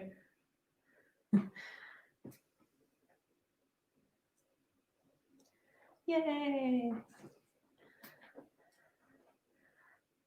And then that goes on here like that, which is super cute. And they're definitely spare parts, so that's nothing that's gone astray there. Let's spin this around. Yes, I think, Corné, you're correct, is that I think this part, oops, there's more dog hair there, goes up in here. Perfect. And then I can probably just sort of tuck the signing table in there for now, which is really cool. So there we go. Yay. Yes, and you were right. It just fit in here. So there's the back. Let's see if I can just tilt that up a little bit to get in a little bit more light. So it looks so lovely. It's really cute and awesome. Oops, I've just knocked over all the chairs out the front. And when we spin around, that's the front. So from the side, this still looks quite nice. We do still have some detail here. All of this sort of matches up. The roof looks really nice. Over this side, again, this side still looks really nice. And we do have a Have You Seen This Wizard sticker here as well. Oh, and it looks like there's dog fur trapped in that sticker. And then we also got quite a few characters with this set as well, because we also got Molly Weasley and Ginny and we got Ron. So in this set, we actually got, oh no, we didn't get Ron. We got Ron last time. Sorry. We got Harry because we got 5. 1, 2, 3, 4, 5. We got 5 characters in this set. So we got 1 character for every bag we built. And then we've also got 2 of these books as well. So one of them went with Gilderoy and the other one went with Molly. So there's both of those books.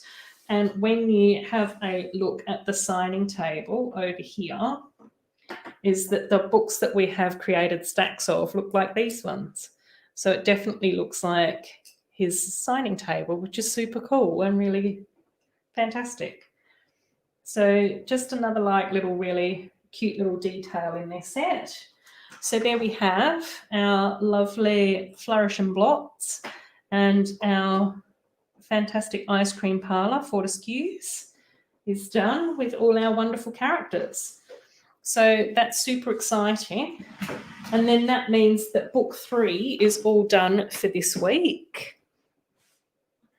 which just leaves book 4 for next week, which primarily is the Weasley shop, but we also get a really small little impression of Nocturne Alley in there as well. So that's our lucky last build for next week, which is awesome. Oh dear. So there we go. That's us all sort of done for today until Corne. Yeah, that's what I did. I did that and it wouldn't work. So if I try and put that on there, then the little grey spiky bit, oh, works. It worked. Okay, done. It wasn't working for me before. I don't think I was doing it right.